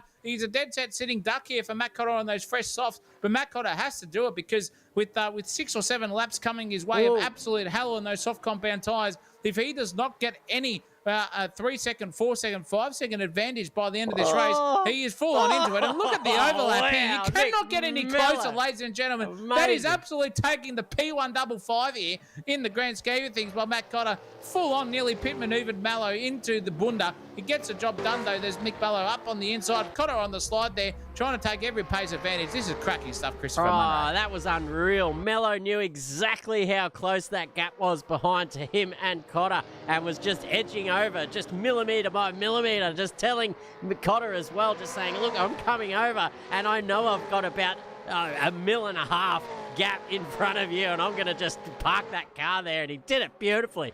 Both of those guys getting through, but I think it's only a matter of time on those soft compound tyres. Matt Cotter has the grip advantage, and now he's going to have the upside what is it? A bit of side drafting here, but look at the traction there. Bang, done. And goes defensive as well. A little bit of swerving F3 style too to prevent the suck. Now he's going to push Mello right out to the grass. I don't think it's over yet. A punt there from Mello. A bit of team orders there from Project 4. Says Giga stuff McCotter off there into the grass. And now he goes down to third. McFadden, Hanley all take advantage of McCotter off the street. Here comes Elliott as well to take advantage. Where is poor old McEwen? Can't really win out of this anyway. He's down there in 16th position, but I tell you what, that's a it all has culminated this whole season between those two guys. Two of the most aggressive drivers on the track, and they have come together now in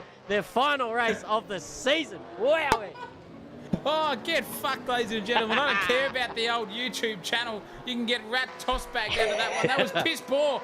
The AI, you can get stuffed as well. My goodness gracious me. If there was anything to think about there, that was dead set in the old taking the piss department by a lot of them. Wowee, Nick Mello coming out worst out of that one. Matt Cotter, he tried his best to maybe get Alex McEwen back into this race, but he couldn't do it, and that was full on millimetre, centimetre perfect until the dying moments between those two in terms of Cotter and Mello. Holy mackerel. I just jumped out of my seat. You guys at home, holy mackerel, would have probably been dead set shouting at the TV if you were in there.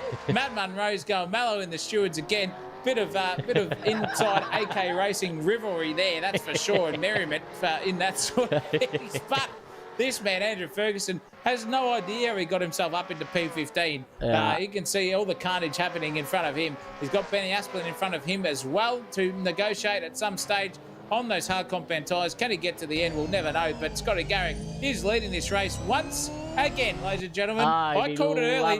Can he take 2 out of 3 tonight here in the last one?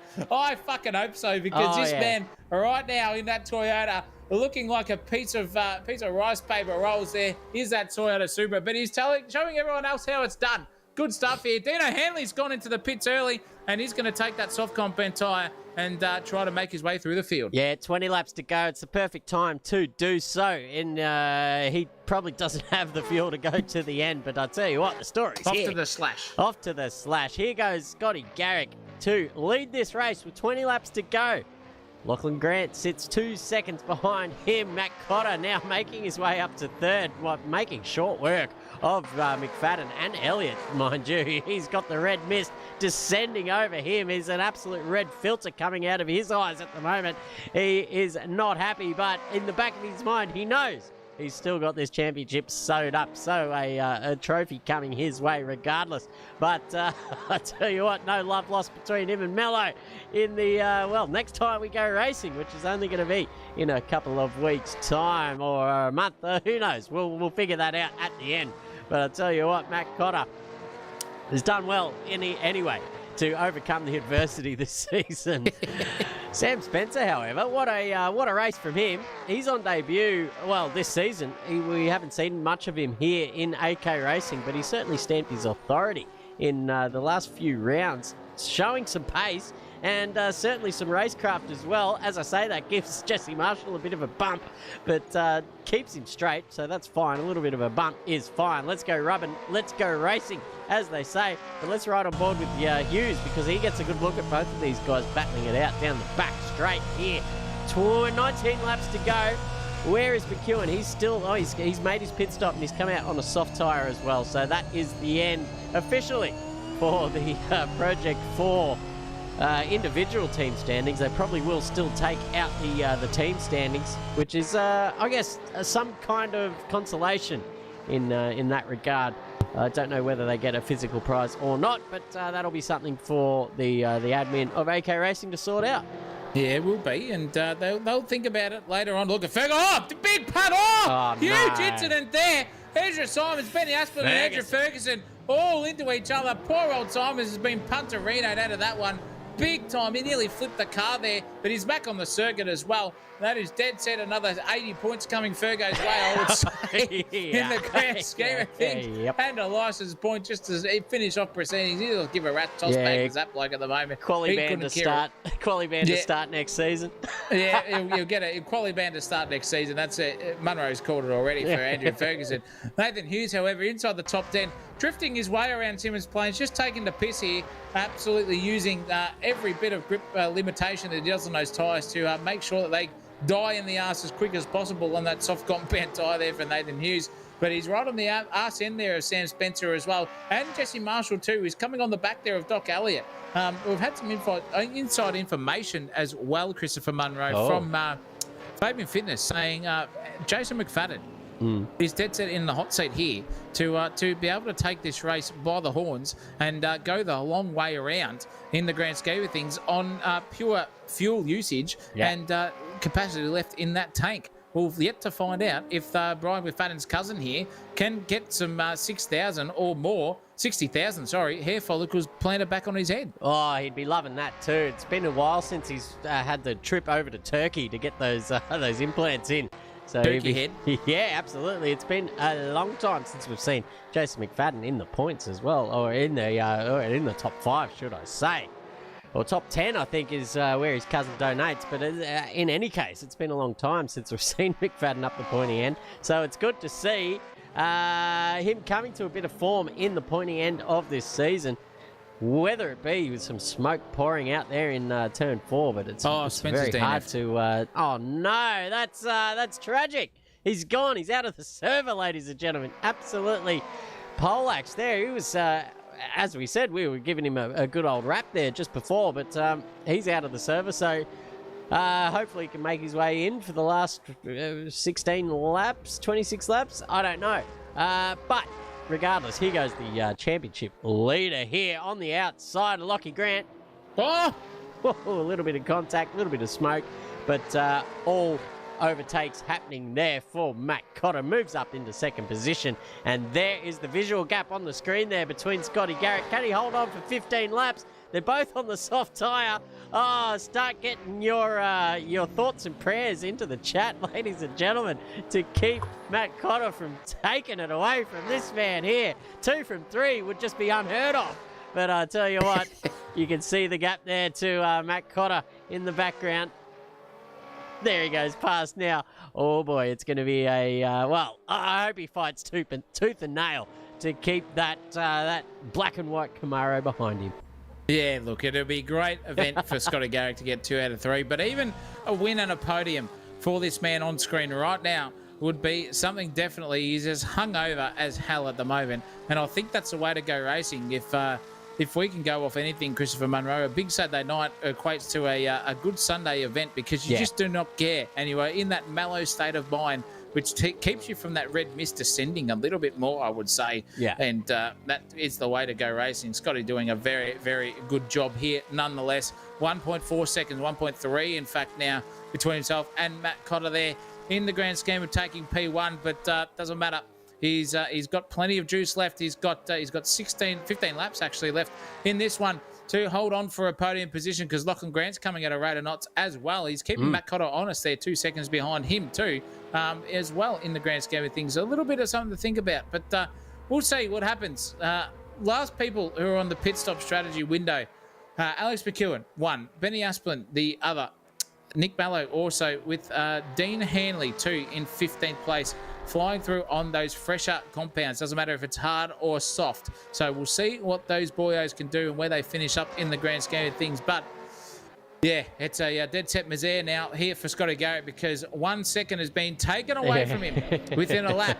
And Matt Cotter is right there hunting blood. He can smell a victory. And I'll tell you what, at the moment, Christopher Munro, if we can pump our own tyres up here, Matt Cotter right now would be only hunting for P4 because we would be out in front, one of us two respectively, and Scotty Garrett could be in 3rd. Well, yeah, I mean, we say that all the time, and I'm pretty sure the guys in the server know it as well. It doesn't you know, a couple of little laps there in the practice server as well to keep him honest. But here we go. Matt Cotter now right under the rear wing of the Toyota Supra. He's going to maybe look for a little dive, a little up and under here, maybe around the outside here at turn 1. Scotty Garrick needed to park that on the apex, but now there's contact between both of them. Matt Cotter's just fought his way up to the inside there. Now has the clear run down into turn 4, has the overlap and the overtake complete now before they even get to the braking zone. You could do an Andrew Ferguson and just give him the old punteroo into turn 4, but he doesn't. He gets on the brakes nicely and lets him through. Matt Cotter now in the lead of the race and the championship, and is all set up for the fairy tale win here. Only 12 laps to go in this race and in this series, but Scotty Garrick, a great result tonight. That's 2 out of 3, podium and a win. Lockie Grant as well. It's been a while since we've seen him up into the silverware position. So congratulations to him. He's got about 6 seconds back to Jason McFadden, not even in the shot. So I think a podium is sewed up for here in the Mobile 1 team. Yeah, with under 11 minutes of racing left in this one. It could be all over, bar the shouting there for McFadden to get himself in that podium position, but Lachlan Grant doing a great job, as we just said earlier, cracking stuff from him in the grand scheme of things, and he'll be tasting that bronzeware, in fact, actually, in third place for him at the end of this one. It has been a cracking event so far, with every gap here at least a second and beyond. It's that lull in proceedings. Is that going to breed another safety car, Christopher Munro? No, imagine that. Goddamn knows. Imagine a sprint to the finish. People decide to dive in, or they decide to just not tough it out and go for the end on that thing. Oh, Matt Cotter's even coming to the pits now. Oh, big championship proceedings here for Matt Cotter. Interesting. He couldn't get it done. I thought that there was not enough fuel on board, and that's exactly what would happen there. And he is into the pits now. He's going to sail down the order here at the moment. Marshall's got past him. Cook's going to get past him. Kirk's going to get past him as well. Here, Matt Cotter just starting to move as we speak. He's come out of the pit lane into 9th place, respectively there. Can he get the job done? No. Cook's going to go past him at a rate of knots there, just on the point of not there. Cotter's right up on his arse end too, but still, he is in front of Alex McEwen. He is still in front in the championship, and that is the final stanza here for Matt Cotter. He's going to send a lot of things, and look at Ron Marshall just come through with the super chat of $20. We love you, mate. And Matt Cotter's just overcooked it into the turn 4 hairpin there, and that looks like Cook now fighting back a position. Not often you'll get a chance to fight Matt Cotter here, genuinely on pace, but he's doing so beautifully here. This is cracking stuff. The chef right now needs to get those afterburners on and start getting the medium rare chops on the burner, and he's got that job done here beautifully. Fantastic stuff there from the chef. He keeps it honest, but here Matt Cotter's trying to go around the outside. Even a bit of Morse code again on the bump, on the rear bumper there of the chef. Matt Cotter's up the inside now. He's got the overlap done. This is the inside moving to T1, and he's got the job done. Happy mother for the rabbits. Thank you very much, he says. And into P7 goes Matt Cotter. Well, very close there as well. Chef almost returning the serve there in the Morse code department. So just managed to get out of that as Nick Mello makes the fastest lap of the race, 53.2. That would have got you on the second row of qualifying. So yeah, that's quick at the end of this race, as he obviously came in for some new tyres. Wherever he is, I'm looking for him in the standings. He's down here in 10th position. He's got his teammate there in front of him as well with the nice big slide into turn 4. Scott Garrick still now in the lead of this race. Does he have enough fuel on board to get the job done? Wouldn't this be a podium for the ages? Garrick, Grant and McFadden now sneaking up into the bronzeware, into the 3rd position now. Andre Elliott probably is licking his chops as well, thinking, oh, I wouldn't mind a bit of that as well to go with it. I'll tell you what, Jesse Marshall isn't out of it either. So any of these guys in the top 5 can make a big move here into the win, or at least the podium positions of this race coming up. What have we got? 8 laps to go. Wowee. Scotty Garrick, get around him. Get around him, son. Keep on cheering him on from your lounge seats, ladies and gentlemen, because this man could be on for another win. 2 out of 3 in the last event of this season. He's doing super well. And in the chat as well, we've got 43 points is the gap between McEwen and Cotter as we speak. And McEwen's number is number 43 as well. That is what do they call it?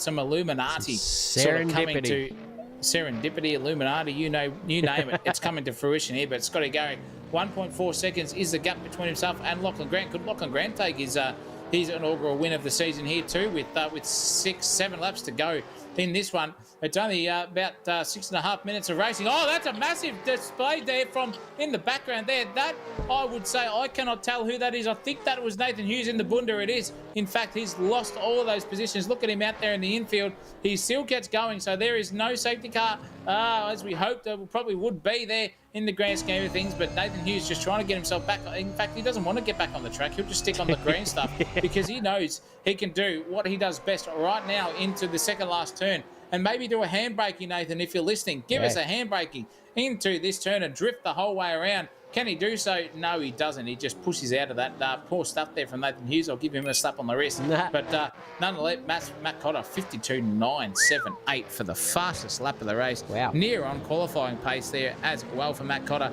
And as we see, a little bit of a battle going on there. But that is Sam Spencer getting back into the proceedings, and that is Lachlan Grant right there. And Andrew, who is that? Is that one Andrew Ferguson? It is. Yeah, he's back in the server, ladies and gentlemen, down there in 14th position, however it be. But good to see Sam Spencer getting back out there as well after, obviously, a connection issue or some kind of hardware failure, whatever it was. But he's back out there. Lachlan Grant, though, 6 laps to go, and you can see Scott Garrick there in front of him. Only, a second down the road, probably less than that now. It is, it's going to be on here, ladies and gentlemen. It's going to be, and to steal your thunder there, Zach, it's going to be on like Donkey Kong now with 5 laps to go. You can see Scott Garrett right there. He's already started to maybe just kind of work out where he wants to be in terms of going defensive down there into turn 4. So he's getting his ducks in a row before the onslaught of Lachlan Grant comes to fruition down here with 5 laps to go. I'll tell you what, we're in for a grandstand finish, I think, and you wouldn't have it any other way. But here goes Ferguson to try and spoil the chocolates down there up the inside of Lachlan Grant. I'll tell you what, Fergo, get the bloody hell out of it, mate. You're a blue flag. Let those two guys battle. I'm going to let you two punch it out, and you live in the same street. Yeah, I'll go down and hang on. I'm going to run down there and turn his power off. yeah. Turn the power and the water off. Hook it up with some beer or something, because the bloke doesn't drink in Andrew Ferguson, so he'll be rat shit for the rest of the week if he gets involved in this one, because Scotty Garrick is under all sorts of pressure here from Lachlan Grant. I'll tell you what, Fergo knows that that's happening. I don't think he's going to play too much into this battle here, but it's P1 and 2 fighting for a Toyota versus a Camaro. So it's incredible racing here. We've got 4 laps to go in this one before everyone starts to think about what they can do. But I'll tell you what, it's 0.8 of a second here. It gets out to a second a lap. Oh, jeez Louise, that was Sam Spencer gone. Yeah. He DNF'd off into the absolute oblivion there. Nonetheless, it keeps racing on here. Scotty Garrick still fighting that P1. Look at Andrew Ferguson not getting the hell out of there. Munro, you better start getting your fucking your bloody sneakers on there and running down to the Fergo household. This is dog shit from the big man. Yeah, he's got to give Lachlan Grant some breathing room to get up behind Scott Garrick. I'll tell you what, I mean, that's crazy stuff. But obviously, Ferguson just throwing caution to the wind and saying, you know what, I'm here to race and I'm well within my right to unlap myself. But I'll tell you what, sometimes you just got to bite the bullet. But there goes Scott Garrick just losing the front end there with a cloud dust of smoke puffing up out of the front end. And we've got some comments in the chat, Zach O'Reilly. We've got comments in the chat, but we've also got some comments in the race director department. Stephen Marsden, the race director, has come and told Fergo to piss the fuck out of here and leave this battle going on, because there is no point fighting. Oh, no, there goes Lachlan Grant. Oh, he just pulled it up at the last minute, but Fergo's going to have a battle anyway. No, he won't. Oh, my goodness gracious me. Fergo versus Marsden, the law of the land versus the Red Mist competitor, the Angry Scotsman himself, coming to fruition on and off circuit. Yeah. But I think Munro's going to start galloping his way down there if this comes to fruition, because Scotty Garrick has been kissed on the you-know-what for the last 2 or 3 laps, because Fergo's making Grant's life hard and just showing him the old swerverino. Yeah, I'll tell you what, he's up there in the pace department, but I'll tell you what, the battle's finished, Fergo. You're down there in 14th. Time to wave Time to wave the white flag, son. Maybe just wait for Symmons to pass you and then battle him if you want to get that monkey off your chest. As you can see, Ezra Symmons just chiming in behind Andrew Ferguson now. Pull over, Fergo. Let Symmons pass and then battle him. Don't worry about bloody Lachlan Grant. He's got bigger fish to fry. He's out there trying to battle down the lead, but there's only 2 laps to go now as they past the card table for the second last time here. Scott Garrick out there in front, and I'll tell you what, he's loving life right now. The balloons are starting to get blown up. The champagne is starting to pop because he's still got a second gap to Lachlan Grant. And Andrew Ferguson is not going anywhere, by the way. Look at him. He's right there behind Lachlan Grant and even maybe having a little dip here at the end of the straight. That is absolutely poor form from the old fella. He knows better than that. Hopefully the race directors are in his ear. But I'll tell you what, doing Scott Garrick an absolute favour here as well. But Lockie Grant probably has something to say about that. Yeah, I reckon he has more than something to say about it. If they were living in the same state, it'd probably be down to the local pub and fight it out there tooth and nail between the two of them. But nonetheless, Scotty Garrick has been kissed on the proverbial so far. 0.7 of a second, 55.9 versus a 55.7 in the overall pace department. Scotty, my goodness gracious me, you've got the weight of SimSational TV on your shoulders and maybe in the chat as well, hoping to get yourself a win. But Lachlan Grant as well, we can't take it away from this man because he is 100% raced fairly and squarely and got himself up into that position. So it is all over by shouting, oh no, Lachlan, you can't do that, mate.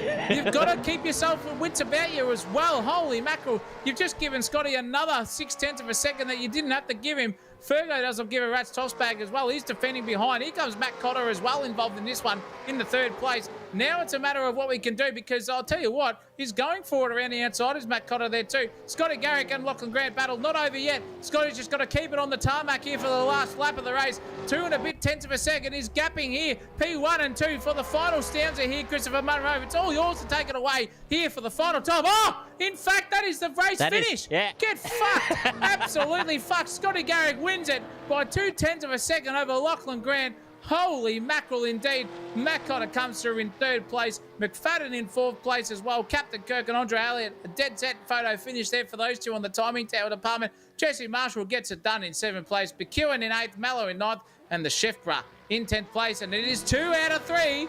2 out of 3 ain't bad. As Meatloaf would have said, God bless his soul. For Scotty Garrick tonight in the final round. What a fucking drive. Beautiful drive there from Mr. Garrick for AC Karting entries in the lonely Toyota Supra out there. But the man of the moment, here he is, ladies and gentlemen. Give it up for Mr. Matt Cotter because he is your Season 1 Gen 3 Supercars AK Racing champion, and he's going to celebrate in style with some circle work down here on the back straight. What a drive all season. He's been unstoppable. He's had Alex McEwen right up his... I tell you what, Dean Handley just giving him a little bit of a well-driven, mate, if that's what you can call it. But some line lockers up the back straight, and why not? He's been flawless all season. Fast. He's been relentless. He's been aggressive. He has been on point. And him and Alex McEwen duked it out. But it all came down to this final race. And he was the man who pretty much just buried the hatchet early on. It was about halfway through this race when we knew the writing was on the wall, and Matt Cotter, it was on his face as well. Beautifully driven, and congratulations to you, Matt Cotter. That's another feather in your cap there. And for AK Racing Team, well done, son. He gets a little congratulatory thing there from Benny Asplin, and my my game has crashed as well. And thankfully it was after the end of the race. Yeah. That it did that. Yeah, and not on the second last lap. That would have been absolutely rubbish. But as we tune back in, I'll let Zaccaroli take over.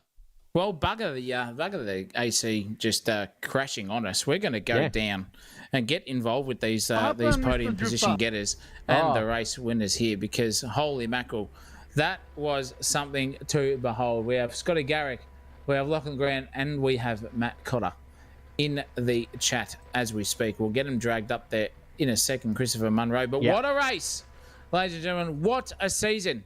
What a place to be. AK Racing genuinely taking the absolute mickey out of everyone else. Those other mods out there who thought they had the cream of the crop, wrong. Yeah. AK Racing got it, job done, and absolutely in the grand scheme of things, sensationally done so as well by us at the broadcast team. Couldn't have been done better. Fabian Fitness has gone bang with another $3 special as well at the end.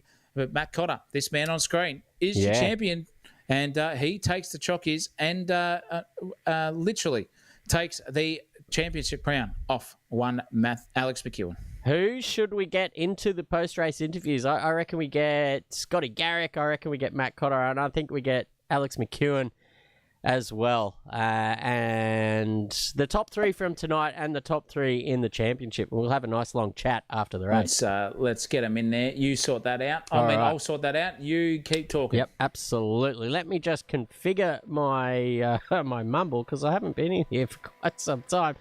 I think we're good now. Let's go there. All right. It looks like we are away now in the mumble chat.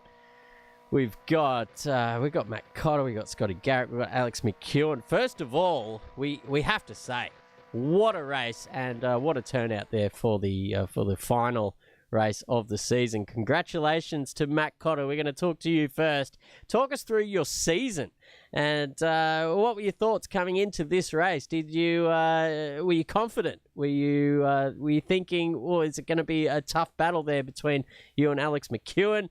Or were you just going about your business as usual? Season was just drag the car to the finish line, basically. Hang on a second. Hang on, mate. Let me just fix my audio output. That'll be into that one. Apply. And here we go. Now we can hear. Away with your response, my champion. Apologies, first of all, to Fergo in that last corner, but whole season was just dragging the car to the finish line. Then this last one, I knew I had pace, but I knew McEwen was right there as well. With that second race catastrophe, I knew it was all or nothing in the last one. So it's a bit of nerves in that one, a bit of a weird strategy I did, but thankfully it all paid off in the end. Yeah, absolutely it was. We saw alternate strategies from all you guys in the top 3 or 4. So when you pitted, well, I guess after that second safety car, you were probably, home and hosed, really, knowing the how the championship points are distributed, knowing that you only had to get 12th in the order, and if Alex won, you were still available to win the championship. So I guess that pressure valve would have been let off you after that second safety car. Is that what it was to win? Yeah. I had no clue. There you go. Well, we did the sums in the box, so all you needed was 12th in this race if Alex won to still maintain the lead. Yeah, after that second race, I was like, great. I'm behind McEwen now, so credit to him where it's due. He did awesome this season. And then the last one was like, right, I've got to win this. I got no choice, but massive credit as well to Garrick and Park for their podiums. So it was awesome to see them up there. Well, I can say, well done, Matt Cotter. Sensational championship win there. Well and truly deserved as well. But in the grand scheme of things, it came down to the wire between yourself and Alex McEwen in the end, which is what we want to see in the grand scheme of things on the championship fighting. So a big hats off to you, and a big hats off to you as well, Alex, as well. But my question, first of all, is to Scotty Garrick. Mate, I think you need to go have a big Saturday night every race weekend and come back, because that was dead set taking the P155, mate. How's it feel to take 2 out of 3 tonight? Severely hungover. That's how it feels. A massive headache right now. I don't even know. The first race, I was at the back of the grid. I got taken out at the start. Played my cards right in the second race and got the win. I don't know how I've done it this third race. Lockie Grant was right behind me, a second, 2 seconds. It was going back and forth for the last 15 laps. And by the end of it, I just dragged that car across the line and I was fucking cheering. Sorry for my French. It's all right. We speak French. You could probably shout Andrew Ferguson a beer as well, because he had a lot to do with keeping Grant off your tail there. Oh, it's good. First podium for Toyota, and then I go and back it up again and win the feature race and win the main race, and it's just, You're dreaming. What an epic way to finish the season. I couldn't say it better myself, mate. Well done to you. 2 races out of 3 on the top step of that podium. But Alex McEwen, well, mate, you're a bit underdone coming into this one. We called it on the stream and said there's no way that you've done 30 laps of practice and you've probably done 500 offline. But look, from a factual standpoint, we know where you sat. A gallant effort there for P2. And I would say, mate, it's hats off to you because you've had a bit going on. You've had university happening. You've had studies going on. You've had a bit of background noise as well throughout the season. But to still come out in P2, mate, after all of that, you must be proud of yourself. Yeah, it's definitely an exhausting way to round off the season. Pretty proud of it. In hindsight, it's obviously second place isn't what you want to see in an ideal scenario, but it's still pretty cool to look back and say, hey, I did well. Yeah, and I tend to agree with you there, mate. It was well fought. A gallant effort, nonetheless, for that too. But when it comes to racing, it's never over until that checkered flag is waved, as you know. But unfortunately, getting caught up in some of those incidents tonight probably was a little bit of the difference. But starting 70 points 60, or what is it? I think it was 58 points behind at the end at the start of the round, or 38, in fact. I think 38, it was. Yep. It was just a little bit too far before that one was going. Just if you can, I know it's hard to talk from a second place getting point, but what was your thoughts coming into this round in terms of what you needed to do? I think it was always going to take a bit of a miracle to be able to take it to Matt, I think my best case scenario obviously would have been for a bit of good luck my way. Managed to maybe claw back some of that deficit, but ultimately, I think to have been able to walk away from the round with good results would have been good enough for me. Teams Championship is that's something pretty cool to walk away with as well for 3 times in a row now. Yeah. But otherwise, it's a hairy last round. It was cool to see Garrick win. That's awesome. Congratulations, mate. It was cool enough seeing the Toyota on the top step after race 2, and then to double down again immediately after. That's pretty awesome. Yeah, especially when I joined and said I didn't have pace. So if you want to go through, go through. And I then I was sort of winning. Thinking you had pace as well, and I wanted to try and make sure there was a gap, just make sure we could each run our own race without hampering each other. Well, that was the hard thing. Cotter passed me a couple times, and I kind of let him pass because I knew he was quicker, and I was more from that second pit stop. I was more nursing the tires all the way to the end. Hopefully, they didn't explode. I know how that feels. With the end result coming your way as well. But and speaking of exploding, there was probably some sort of fuel strategy going inside your head there, Matt Cotter, at the end of it too. That final pit stop probably maybe a little bit of a lucky strike there with the safety car coming in, so you could put some splash and dash fuel in. But your overall position on the track led you to be able to come out after a pit stop with that splash and dash, still sitting inside the top 10. Tell us what your thoughts were in the middle of that racing stanza. I knew from the get-go I had to start on hards, hope for a safety car, and just go soft, and run it to the end. Basically, that's where my pace was. And yeah, I got lucky with 2 of the safety cars, and then I took no fuel in that second pit stop, and I knew I had to pit again past Garrick. I'm like, right, okay, I'm going out of fuel here soon, need to pit. And then that's when I went, 20 seconds behind, let's see what I can do from here, like 10 laps to go, and the rest you saw for yourself. It was some aggressive overtaking, and we've seen that all season long. So congratulations to you. It's well deserved. It's been a long time as well since the last time you took one out. So a long time coming for you, Matt Cotter, and well deserved, mate. I suppose you're happy that me and Zach O'Reilly are on the commentating end of sim racing nowadays. Not really. I enjoyed seeing you both in my rearview mirror. Stop it. You got a photo of the one time it happened. Anyway, on to Scotty Garrick. I gotta say, it's unreal to see the Toyota up there on the top step. So congratulations to you. Congratulations to Matt Cotter. And congratulations and commiserations to Alex McEwen after a hard-fought battle. Pretty much tit for tat. Bit of ping pong being played between you guys all up and down the season. So hopefully we can see a bit more of that in season 2 coming up in just a month. So you guys are prepared for that, and hopefully we'll see you both out there for the next one. Yep. Well, That's good. That's good. Don't need to say anything. That's about it. Yeah. Well, look, thank you very much, Alex McEwen. Thank you very much, Scotty Garrick, and a big congratulations to Matt Cotter for the championship win in the inaugural Gen 3 Supercars season.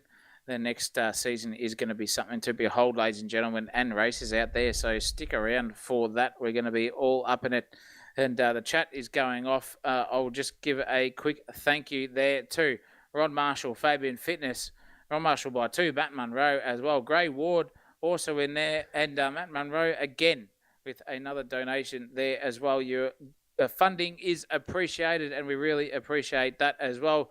Thank you to Gray Ward for the kind words. Thanks to Scotty McEwen also. Great job to Chris, Zach, and the whole AK team. Top broadcast all season. I really appreciate those comments from everyone as well. And to everyone who has supported us along the way. We're at 1,046 subscribers on the way to 2,000. So get your friends and family around the Idiot Box every second Sunday night, every Wednesday night nearly that the Wednesday Cup is on. And we really appreciate you for supporting the channel, but also for supporting AK Racing in this fantastic V8 Supercars season as we know it. But nonetheless, thank you very much, drivers. You guys go and get some well-earned rest. Scotty Garrick, go and roll a leg over the misso there. That's at least 2 pumps you get in there. Matt Cotter, go and talk to the A380s tomorrow at work. And Alex McEwen, hopefully you get a high distinction on your uni student, or whatever they're called, exams. Thanks. That's good. Yeah, I don't know what to say to that. They're better on the track than they are on the microphone, ladies and gentlemen at home. Let me say that. But it's been good to have you both and all in the commentary box for tonight's little interviews. But I think it's probably time to cut it off there. What do you think, Zacko? I think we're right in the mix to get it done, dusted, and one run and sorted. Thank you to everyone once again. It's 8:21 p.m. Australian Eastern Standard Time here in Australia. It's been a cracking race, a cracking event there from everyone.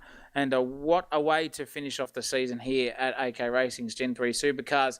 Thank you to every single person on and off the racetrack to get this job done. A big shout out to Turks, to Stephen Marsden as well for race directing throughout the season. Big thank you to Brandon Pierce as well for getting the tracks looking as great as they have, and also for modelling these cars so far. There is more to come, so don't you worry about that for the next season. But SimSational TV is going to be back on Wednesday night for season, what is it, 17, is 17. it? 17 of the Wednesday Cup.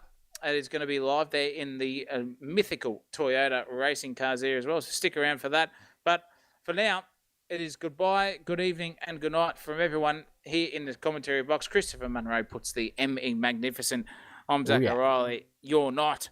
And as always, here at SimSational TV, till the next time, keep it flat out. SimSational TV YouTube channel. Don't fucking miss it.